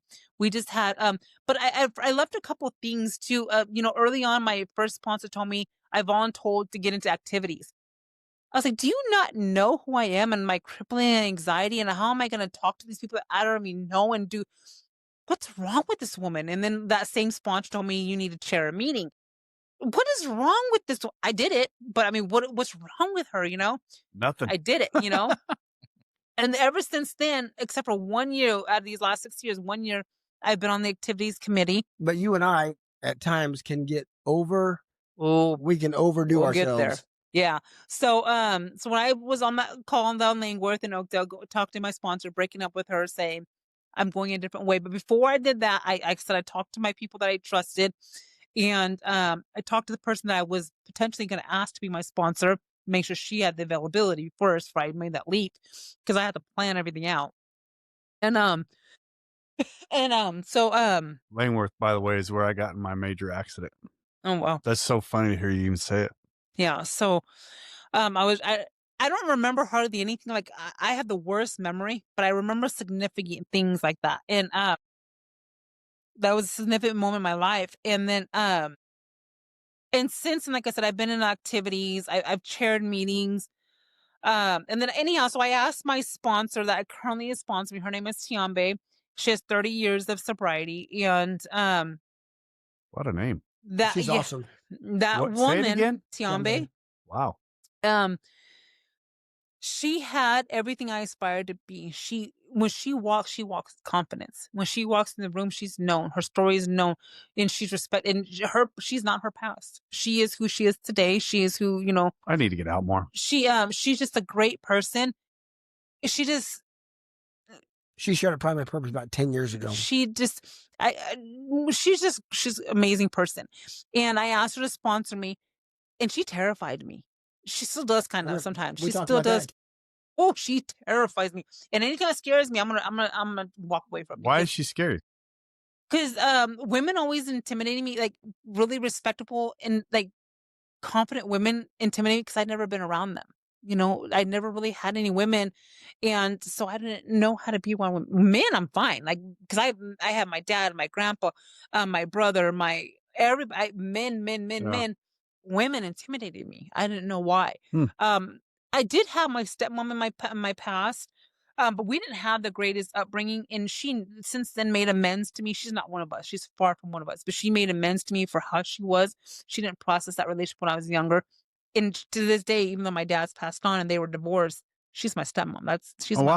She'll be at my wedding at one of the front tables. She's a really important part of my life.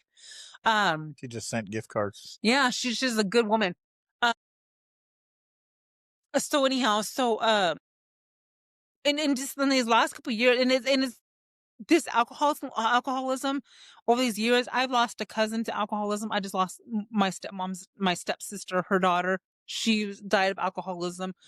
So like this has been a part of, you know, my life. And so since I've been in recovery, but I asked this most recent sponsor to sponsor me, Tiambe, and she intimidated me. She scared me. But I want what she had. And she had recovery that is just impeccable. And I was like, and she makes mistakes, and she's human, you know. But she knows that book and she practices it. She doesn't just walk in the room and then come outside the room and she's a different person. Like she practices the principles. And I wanted that.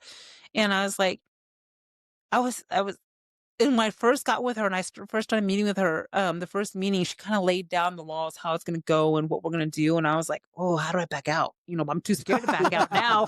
I'm too scared. And I'm scared. Rules? I don't want no rules. Yeah. I'm like, and she's going to, if for the first time, and like I said, I've been in the rooms about 5.5 years, almost 6 years.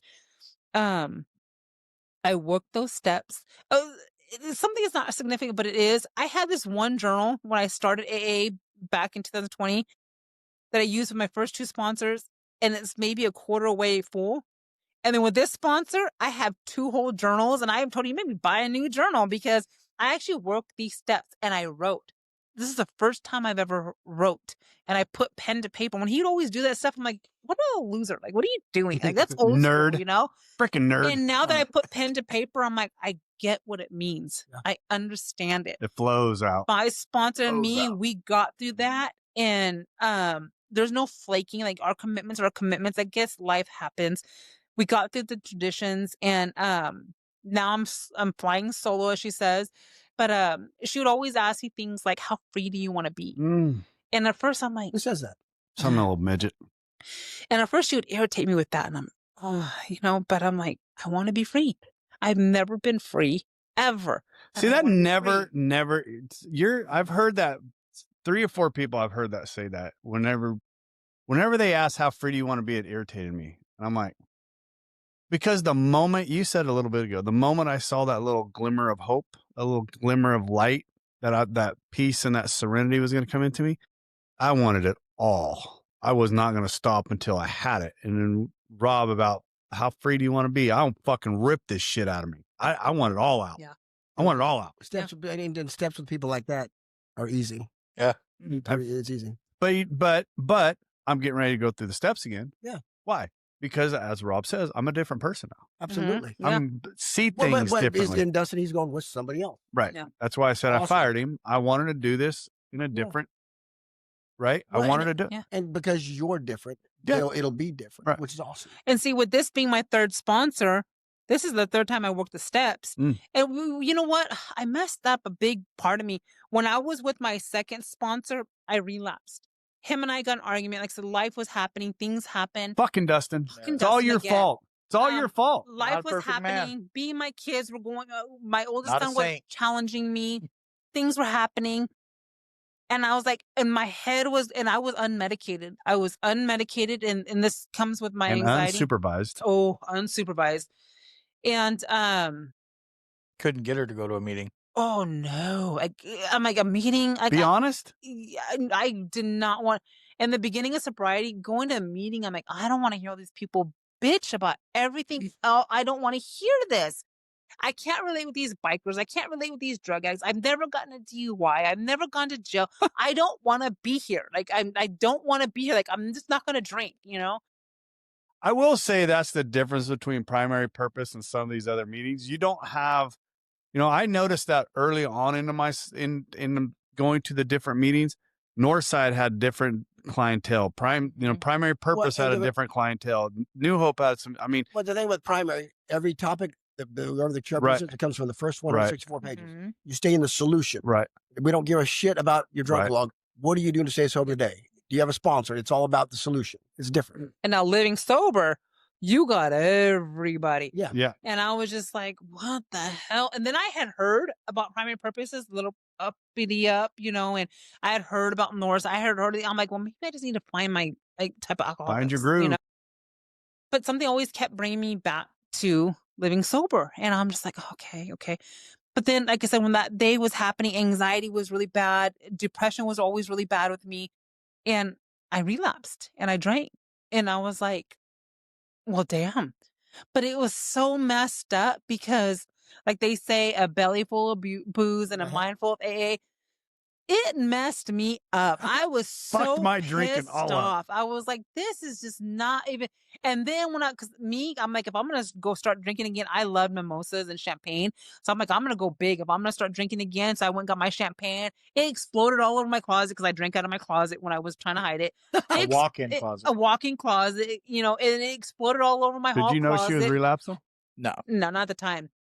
And then and him and I were together. But the champagne went all over and it was just a whole big mess. And I was just like, this is not even it was whatever. It was I God. heard God about took the that complaining champagne of how into much this. it took to clean it. Oh, all over it the took wall. so much to clean All that the shit. giggles were Yeah, gone it by was now. it was just anyhow. So I did I got that relapse. in. Yeah. And then but down the line with the sponsor now, I got into the book and what recovery was and who I am. I finally, for the first time, does Dustin do things that makes me happy? Yeah. But what makes me happy? What makes Mhm. me function? What Right. makes me alive? And what do I like to do besides drinking and shopping and things that are, not good for me? How do I tick? Where do I connect with my higher power? What am I doing for my recovery? And every day, what am I doing for my recovery? Right. And over these last few years, and right now, currently as it stands, I'm the recording secretary for our fellowship. I'm the activities committee member. And I think and then I'm on the Freedom Weekend Committee. So those are I think that's all I'm doing right now.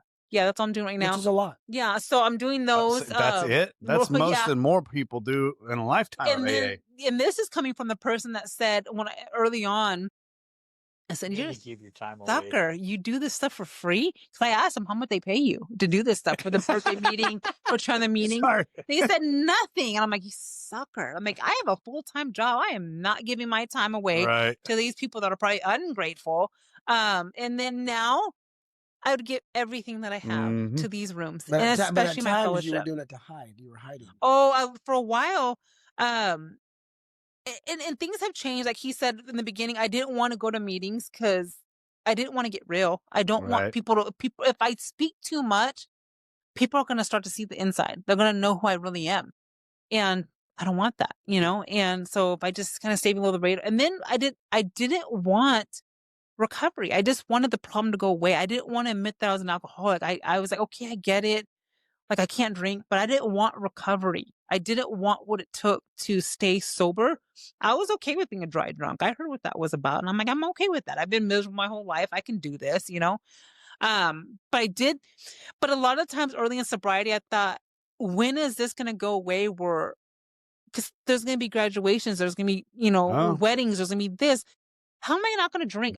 There's 4th of Yeah, July, birthdays, I'm gonna stand out like a sore thumb, Camping. and who wants to do that? And how am I gonna? lump on the log. And then I found out NyQuil, you couldn't use NyQuil as a sedative. I'm like, how am I gonna function? Like these people don't understand that I have real issues, And then before I got to this sponsor that I have right now, a couple years ago, I was doing service work and I was trying to be a part of my fellowship. And this is before him, I moved in together. And him and I were getting more serious. Like we were talking about moving in with each other and things like that. And just a lot of things started going out of hand. I still wasn't medicated properly. I wasn't taking medications. My world started crashing again. And that thought of, oh, I want to drink again. It came back. I'm like, son of a bitch, something's not right again. Like, I didn't do this right. Like, God doesn't oh, pity me, pity me, pity me. And I remember one night I was laying in bed at his house and I just started to cry because I didn't want to tell him that, hey, I want to drink. Hey, that I'm feeling like I want to kill myself. Hey, I want to drive off a cliff. Because these things will get me committed, or he's gonna break up with me because he's a true AA person. And I know he is dedicated to AA. And if I tell him that I want to drink, he's going to leave me because he left his ex-wife because she didn't want to get clean, So I thought these things. And so I just sat there crying and just telling him, like, I can't remember exactly what I told him, but I couldn't stop myself from crying. It was somewhere along the lines of it was a little bit of the suicide. Yeah. Our mind, I was listening to, what is this thing in my head that just promotes misery? Mhm. Something's wrong with you. Something's wrong with me. Danny Something's from wrong the with Sober them. Spot. Our minds, and it's hard to What's explain. the book say? The problem with the alcoholic centers in his mind. Rather than his It's body. hard to Manufacturing explain. misery. Right. It's so hard to explain to non-alcoholic people. You know what? That's bullshit because I think a lot of people have that, but we let it run awry, right? We let our brains just go to a different level. And I still let it go there from time to time. But as an alcoholic, I'm able to call Rob, right? I'm able as to a recover. Yes, I'm able to rein that back in. You hadn't learned that yet where you were at that point. I think Yeah. healthy people in the counseling world call it negative self-talk. Right. We right. have an obsessive mind Yes. that yes. puts it on like steroids. Yes. That's all absolutely. we think. Yes. Yeah. So like 2.5 years ago, I think it was in June. Yeah, because it was right before Freedom Weekend.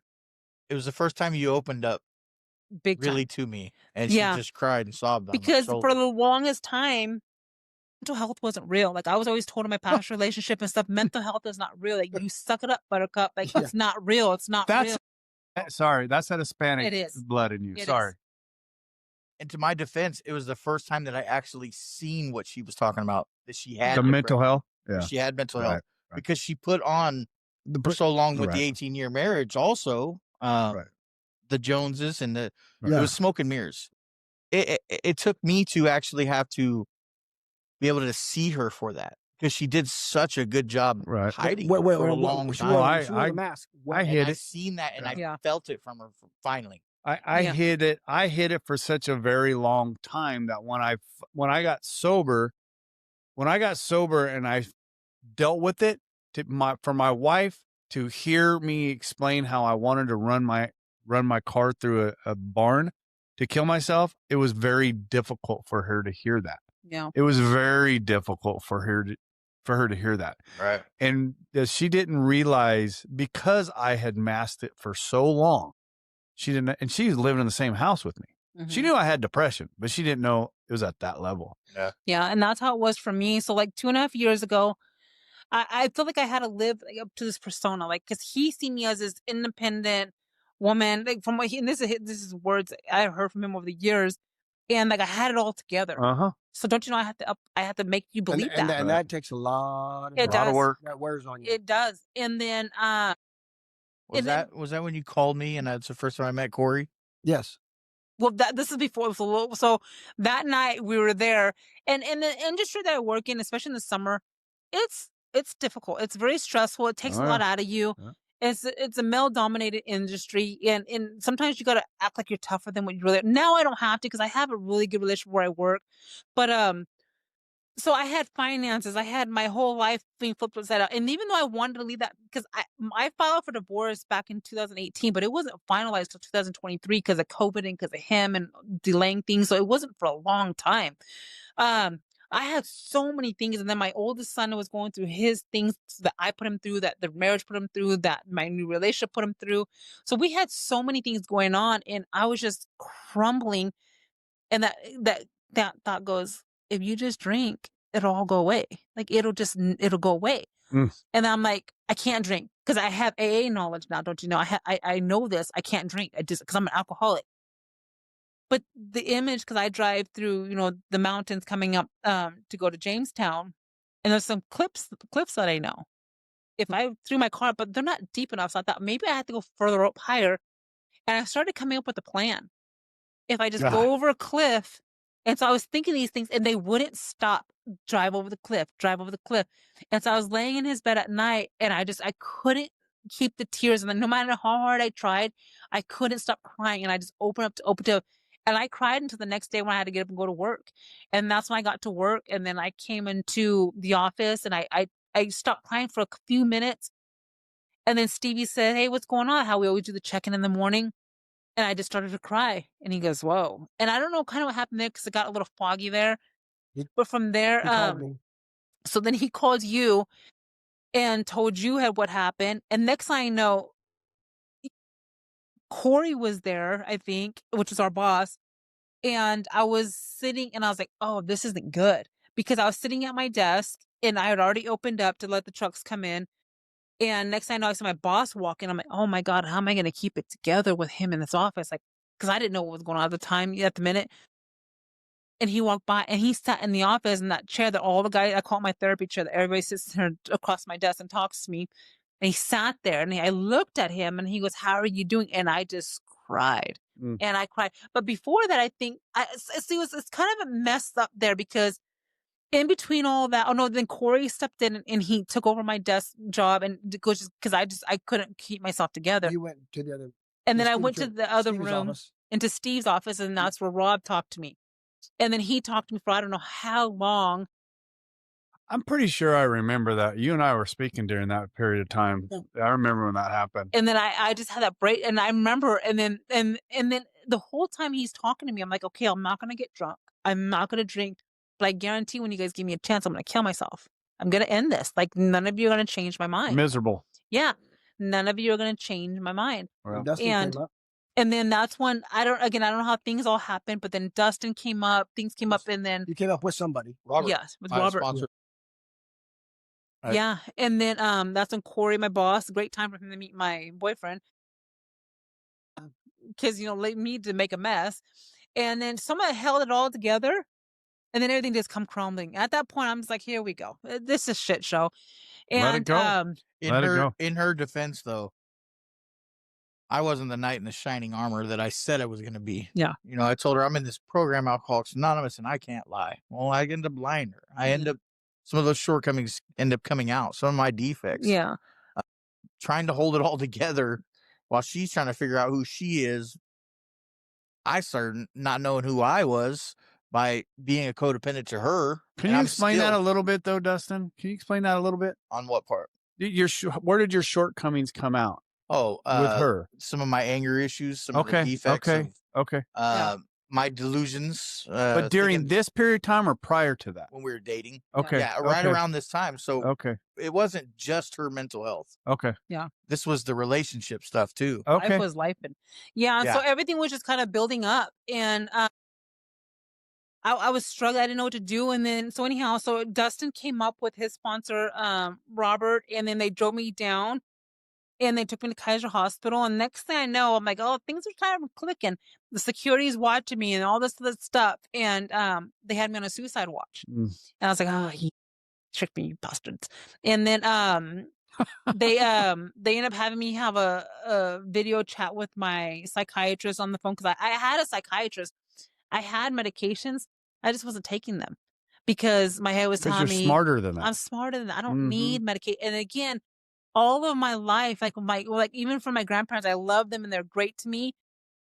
Mental health, even when I had that suicide note at a young age, that's not true. You need to pray. Mm. You need to pray. You need to pray. So mental health is an illusion to me. It's not like you don't have it. So anyhow, I got admitted. I ended up going to because I had Kaiser, so I ended up going to a place in Stockton.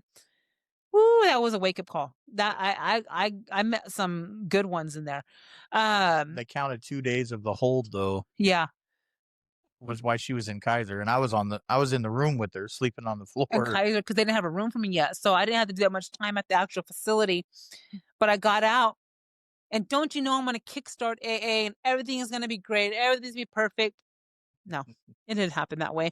I wrote it out with my sponsor, and she didn't really push me to do anything, so I didn't really do anything. So Alicia. everything, Alicia, so everything was still kind of floating. I was just still Well, that's doing the why. same That- thing. That answers that. Yeah. Okay.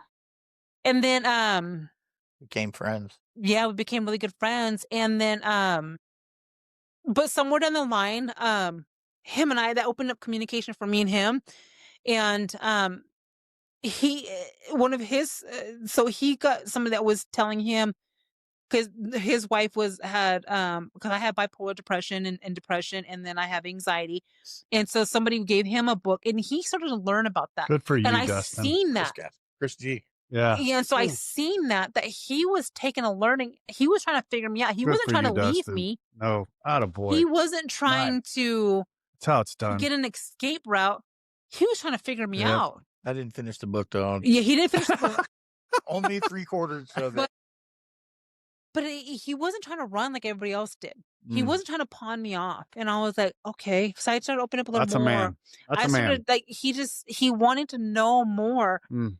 And he started asking me. And then I started opening up. And it took a long time, but I felt safe for the first time. And I finally had somebody that wasn't gonna leave, that wasn't gonna run. And that's amazing. But at the backside of that, that's where my recovery comes in too. Because though he wasn't going to leave, recovery taught me that if he does, I'm still going to get through this. Yeah, you'll be I'm all right. still going to be okay. But thank God somebody put somebody in my path that believes in me, And so I don't know when it started changing, but eventually, and I say it's God, but I say something told me you need to get back in touch with a psychiatrist. And so I did. And I started being open with him and said, this is what I take for this. And this is what I take for this. And then I haven't been taken. But I haven't been taken. And he's really good on that now. He's sometimes, and there'll be days still I struggle, but I don't want to take those. Like, I feel like, I beat this and I don't need to take it. And he'll catch me and he'll be like, have you taken them? Bitch, I don't want crazy. Take Yeah. these pills. He's like, have you taken them? But in a subtle way, Well, But, when she's in a manic, and I oh, know yeah. the lows now. Oh, yeah. And I You can I recognize didn't it. recognize none of that. Right. Before it was just, to me, it was just deal with it. Right. Yeah. You're depressed, go for a walk. Get Yeah. out of that. And Yeah. now I understand, being with Priscilla, I understand the grips of it, how it's a physical, not Mhm. only a mental. Right. It can Oh, just- it'll just destroy you. one of my the- friends, We don't know because we don't experience that. Right. Well, I had another guy at a meeting, and I was bitching and moaning after a meeting, the meeting after the meeting, and he told me, "Don't you know it takes everything I have to even send a text message?" And I Yep. was like, "Oh shit!" Like physically, I didn't understand yeah. that it could grip Well, you. and then I started opening up, saying that that every day, Paralyzes and you. I'm an OCD freak. Like I take a shower in the morning, I take one in the night, and then my house has to be this way, and my house has to look like nobody lives in it. Like I have these rituals, but my depression gets so crippling that I had to convince myself to take a shower, convince myself to brush my teeth, convince myself to get dressed. Like I had to constantly talk to God and talk to myself and get, you can do it, you can do it, you can do it. But when I was able to open up, it didn't mean that my depression and anxiety went away. Nope. It means that I'm free now. Yep. Because I don't have to hide that anymore. Right. And there's a lot of, that takes a lot of effort, man. And everything in my past, from the molestation, from the anxiety, from the dirty clothes to the this, to the, I don't have to hide that. I do not. If you want to judge me, go ahead and judge me. If you want to feel this way about me, and that was never me. Yeah. I'm like, you Oh, have. it's came out now. Oh yeah. So it's like, it's. I wanted everybody to think that I was perfect. I had it together. I want to stay below the radar, and I wanted you to like me. And like my because I said I'm a people pleaser. She's like, oh no, you're a manipulator because you're manipulating the way people think about you and things. And I was like, and all I came to recovery for is for peace. And then what I ended up getting was freedom. I found out who Priscilla is. I found my voice. I found, love for myself. I developed a relationship with my son that wasn't based off of material things. Like we have a bond like I've never had in my life before. I have a partner that there's not just honesty, there's transparency. For the first time. Say that again, because that's huge. Not just honesty, but that's transparent. Because you can tell the truth, but I mean, I want to see your insight. I want to see your core. I want to know who you are. I don't want you just to give me illusion, because you can tell me half-ass the truth with, by words, play word games, but I want to know that transparent. I want the raw stuff, and I know stuff that I've hidden all my life. Yeah. And don't try to sponsor each other. That's the biggest thing. But we do say call your sponsor, or have you called your sponsor? We do that. In other words, bitch, you're crazy. Call somebody. It took a lot. So to where I had to pull back and, your opinion's not fucking needed. Right. Yeah. And my sponsor taught me that. Does it need to be said? Does it need to be said by you? And does it need to be said right now? But again, because our stories are very similar. And apparently the way we do A is very similar, because she'll ask me something, and over the years she asked me my opinion on things, and then she'll let Dustin said the same thing. Dustin said the same thing. Yeah. But then she's got to go to Tiambe to hear it. Yeah, I got to go to Tiambe, to Romp, to this. Yeah. But it's been great. That's so adult. Something. I pick people's brains. Yeah. I pick people's brains. Yeah. Yeah, I've always told now when I make big decisions to go to 3 people that you trust in the program, and I do that. And if their opinion differs from mine, I go with theirs. Mm-hmm. I'm about to say I go to 2 people. I'm like, Larry, Dustin, hey, I'm going through this. I don't tell them what I think. I said, this is what I'm facing. Give me your opinion. Yeah. And definitely. if it's different than mine, but that goes back. Rob, you go back, and I'm playing devil's advocate here now. You have said, don't be that guy that goes to 3 different people. No. Let me finish. Okay, Let me finish.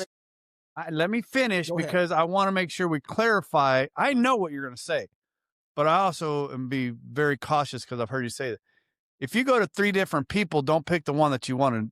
Don't pick the one that you want to hear. The gentleman that I'm talking about, he would go to 15 different people, because he'd pick 5 of us. Yeah. And we'd all tell him the same thing, but he'd go talk to his dad, and he'd find that one person that co-signed his bullshit, and that's what he would go with. Right. I'd call 2 people. Right. No, if I'm struggling with I just something, want to make sure we clarify that, because that's important right there. Yeah. So like I said, I came in here to learn how to drink like a lady. And we did water. Yeah. And what I got out of that was so much more. Isn't it? And it's progressive. And the love that he has for our fellowship and for the AA as a whole. I never understood that. And I know with time it'll deepen. I am forever grateful, because it gave me peace. It gave me, like I said, I know who I am, and I don't need those things on the outside anymore. Like I know that I'm okay, because life happens, and one of these days he's not gonna be here, or vice versa. And how am I gonna function without him? And I'm getting there now. And if you had asked me this 6 years ago, come and speak, The first time I spoke, Pendejo, no. the first time I spoke, I wrote out my story on 4 pages. And I was like, because I'm going to read this. And like, and then someone says, it's your story. What do you have to remember? Right. And I'm like, oh, okay. But I still took that as comfort. Right. But I never thought in a million years I would get out of recovery what I did today.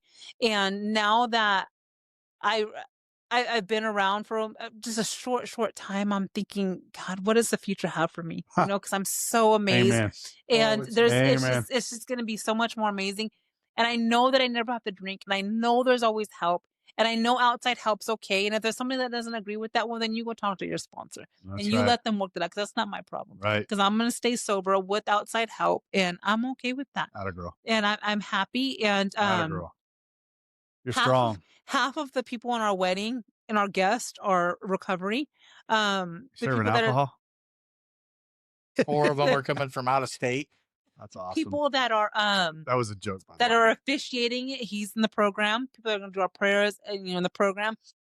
And when I first came in the rooms, I said, you have your friends and I have my friends, and we're going to be that way, and like, don't try to get me to do your things, and I won't try to get you to do my things.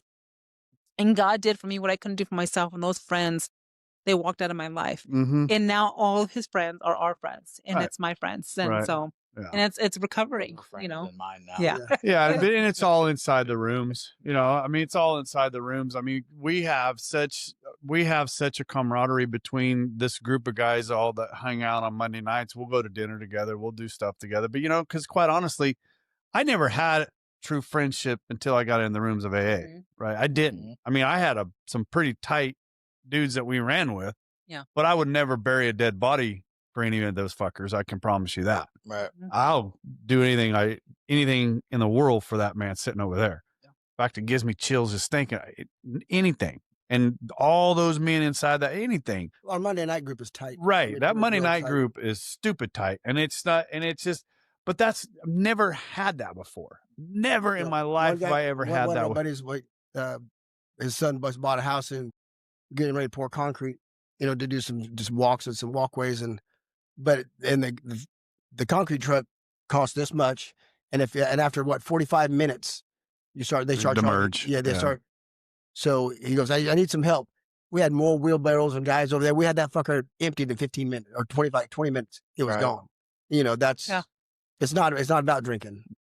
And that recovery has been like that to me too. And I don't want to speak too much because it's their story, but like, we had a couple in the program, and they lost 2 kids, unfortunately, to the disease, and or the form of the disease, the cousins. But we all came together for them. And there was a time where I needed to be moved out, and he was going to a men's retreat, and I needed to be moved out of my place.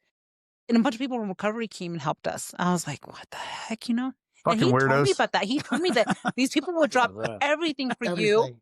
These people will drop everything for you Yeah. and do anything for you, and they'll teach you to love each other from the neck up. Those are 2 things that he proved right. Like Mhm. this program is amazing. Katie says this. She's like, I have never seen my husband tell so many men that he loves them. Yeah. Never. Mm. Because I do. I Yeah. never miss the opportunity to tell Yeah. these guys how much I love them. Yeah. Because they saved my goddamn life. How Yeah. can you not love somebody that saved your life? Yeah. Or saves your life day in and day out every day? Exactly. How can you not love them? Yep. I mean, And this motherfucker will call you, Dustin, at the drop of a hat. Hey, I need you to be here. and he's here. And he's here. Yeah. And that you can't, and thank God for him, right? Thank God for him. And what did we do the other night when I needed to get a couple more podcasts down because of stuff that's going on. Hey, John, you want to come? Boom. John was right here. Same thing the night before. Doug, you want to record tomorrow? Boom. Doug's right here. It's just, we're all here for each other. Right. And but it wouldn't not even the podcast. We got to help move. We got to do this. We got to do this. My motorhome, I'll never forget this. First time I got to meet Michael closer than just outside the meetings. I knew he worked at a transmission shop in Oakdale. Mike, I had this in my Hey, motorhome. I was Dustin, getting we call him Tranny Mike. Tranny Mike.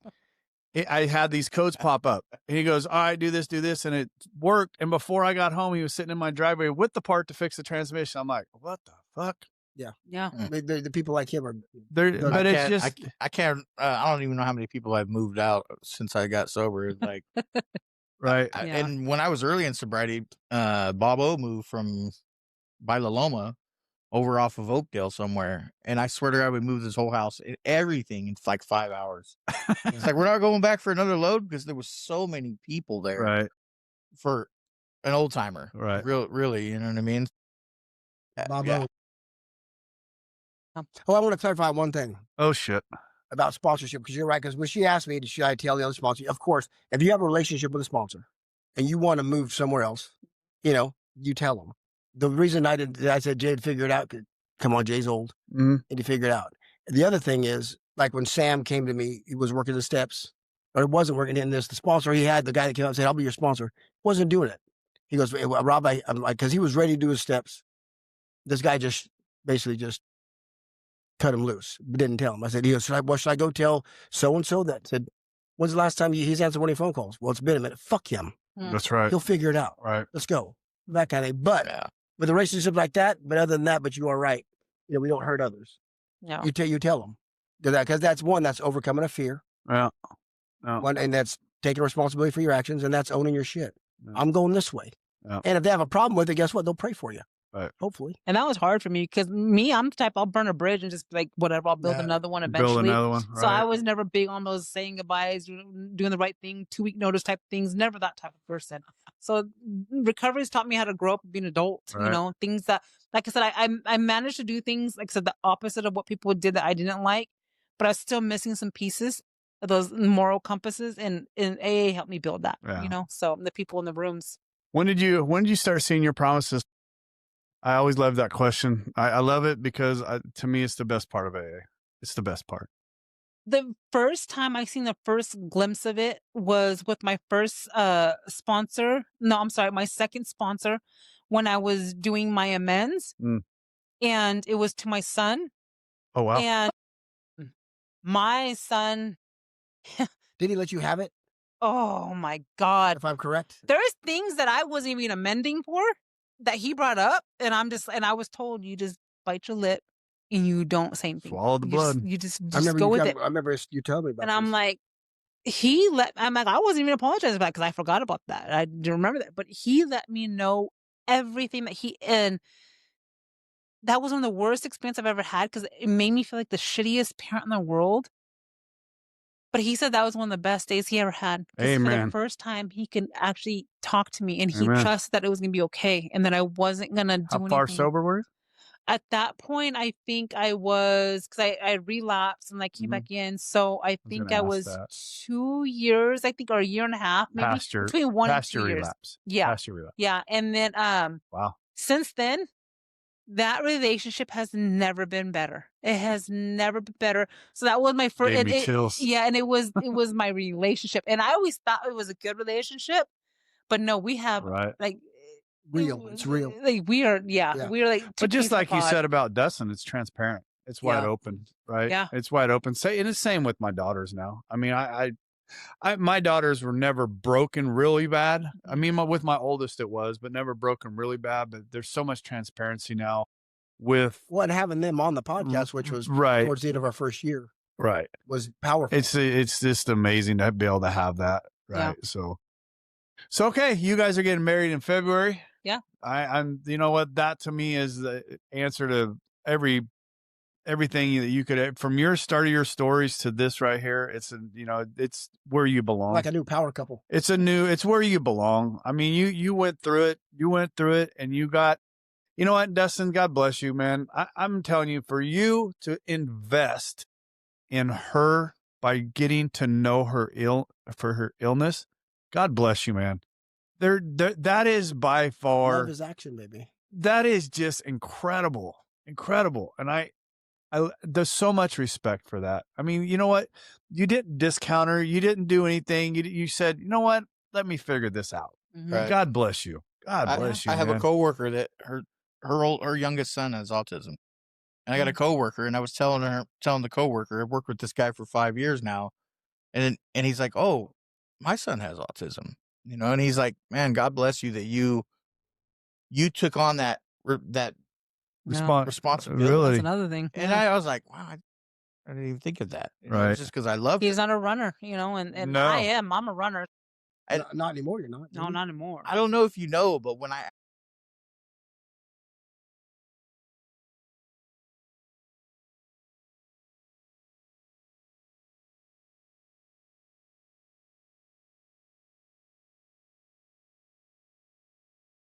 that's where I was saying I was the knight of shining armor, but I wasn't an upstanding AA member. One of the times I called her a foul word, 4-letter Mhm. word, and her son heard it. And her son just didn't want nothing to do with me after that. Yeah. And I've had to rebuild, Mm. practice be the man that Principles, right. Alcoholics Anonymous has Right. taught me to be, and not be. It's so for him to open up the way. So I asked Gail, and then I asked Jimmy, and we're walking through the mall, and he's telling me everything. I was like, holy shit. And- Wrong place to yeah. ask, I guess. And now that boy, my son, he goes to see us get our chips. I mean, he's there. He's with us on the weekend. He's hanging out with us, and he wouldn't even let him like be even in his existence. you Well, know? does he drink at all? never no. never drank in his life. We And I'm took him thankful. to his. We took him to. She took him. I wasn't just along To to Vegas. on his 21st birthday. And none I of us told him, drank. Go, like go, Right, right. and he didn't want to go drink.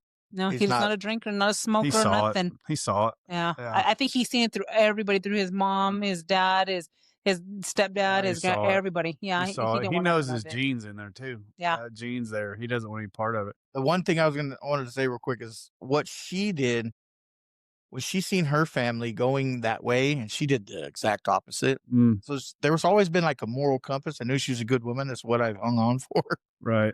I did the exact opposite, or I did the same thing that my dad was doing. Like what she seen, she wasn't going to teach her children. I did that. Right.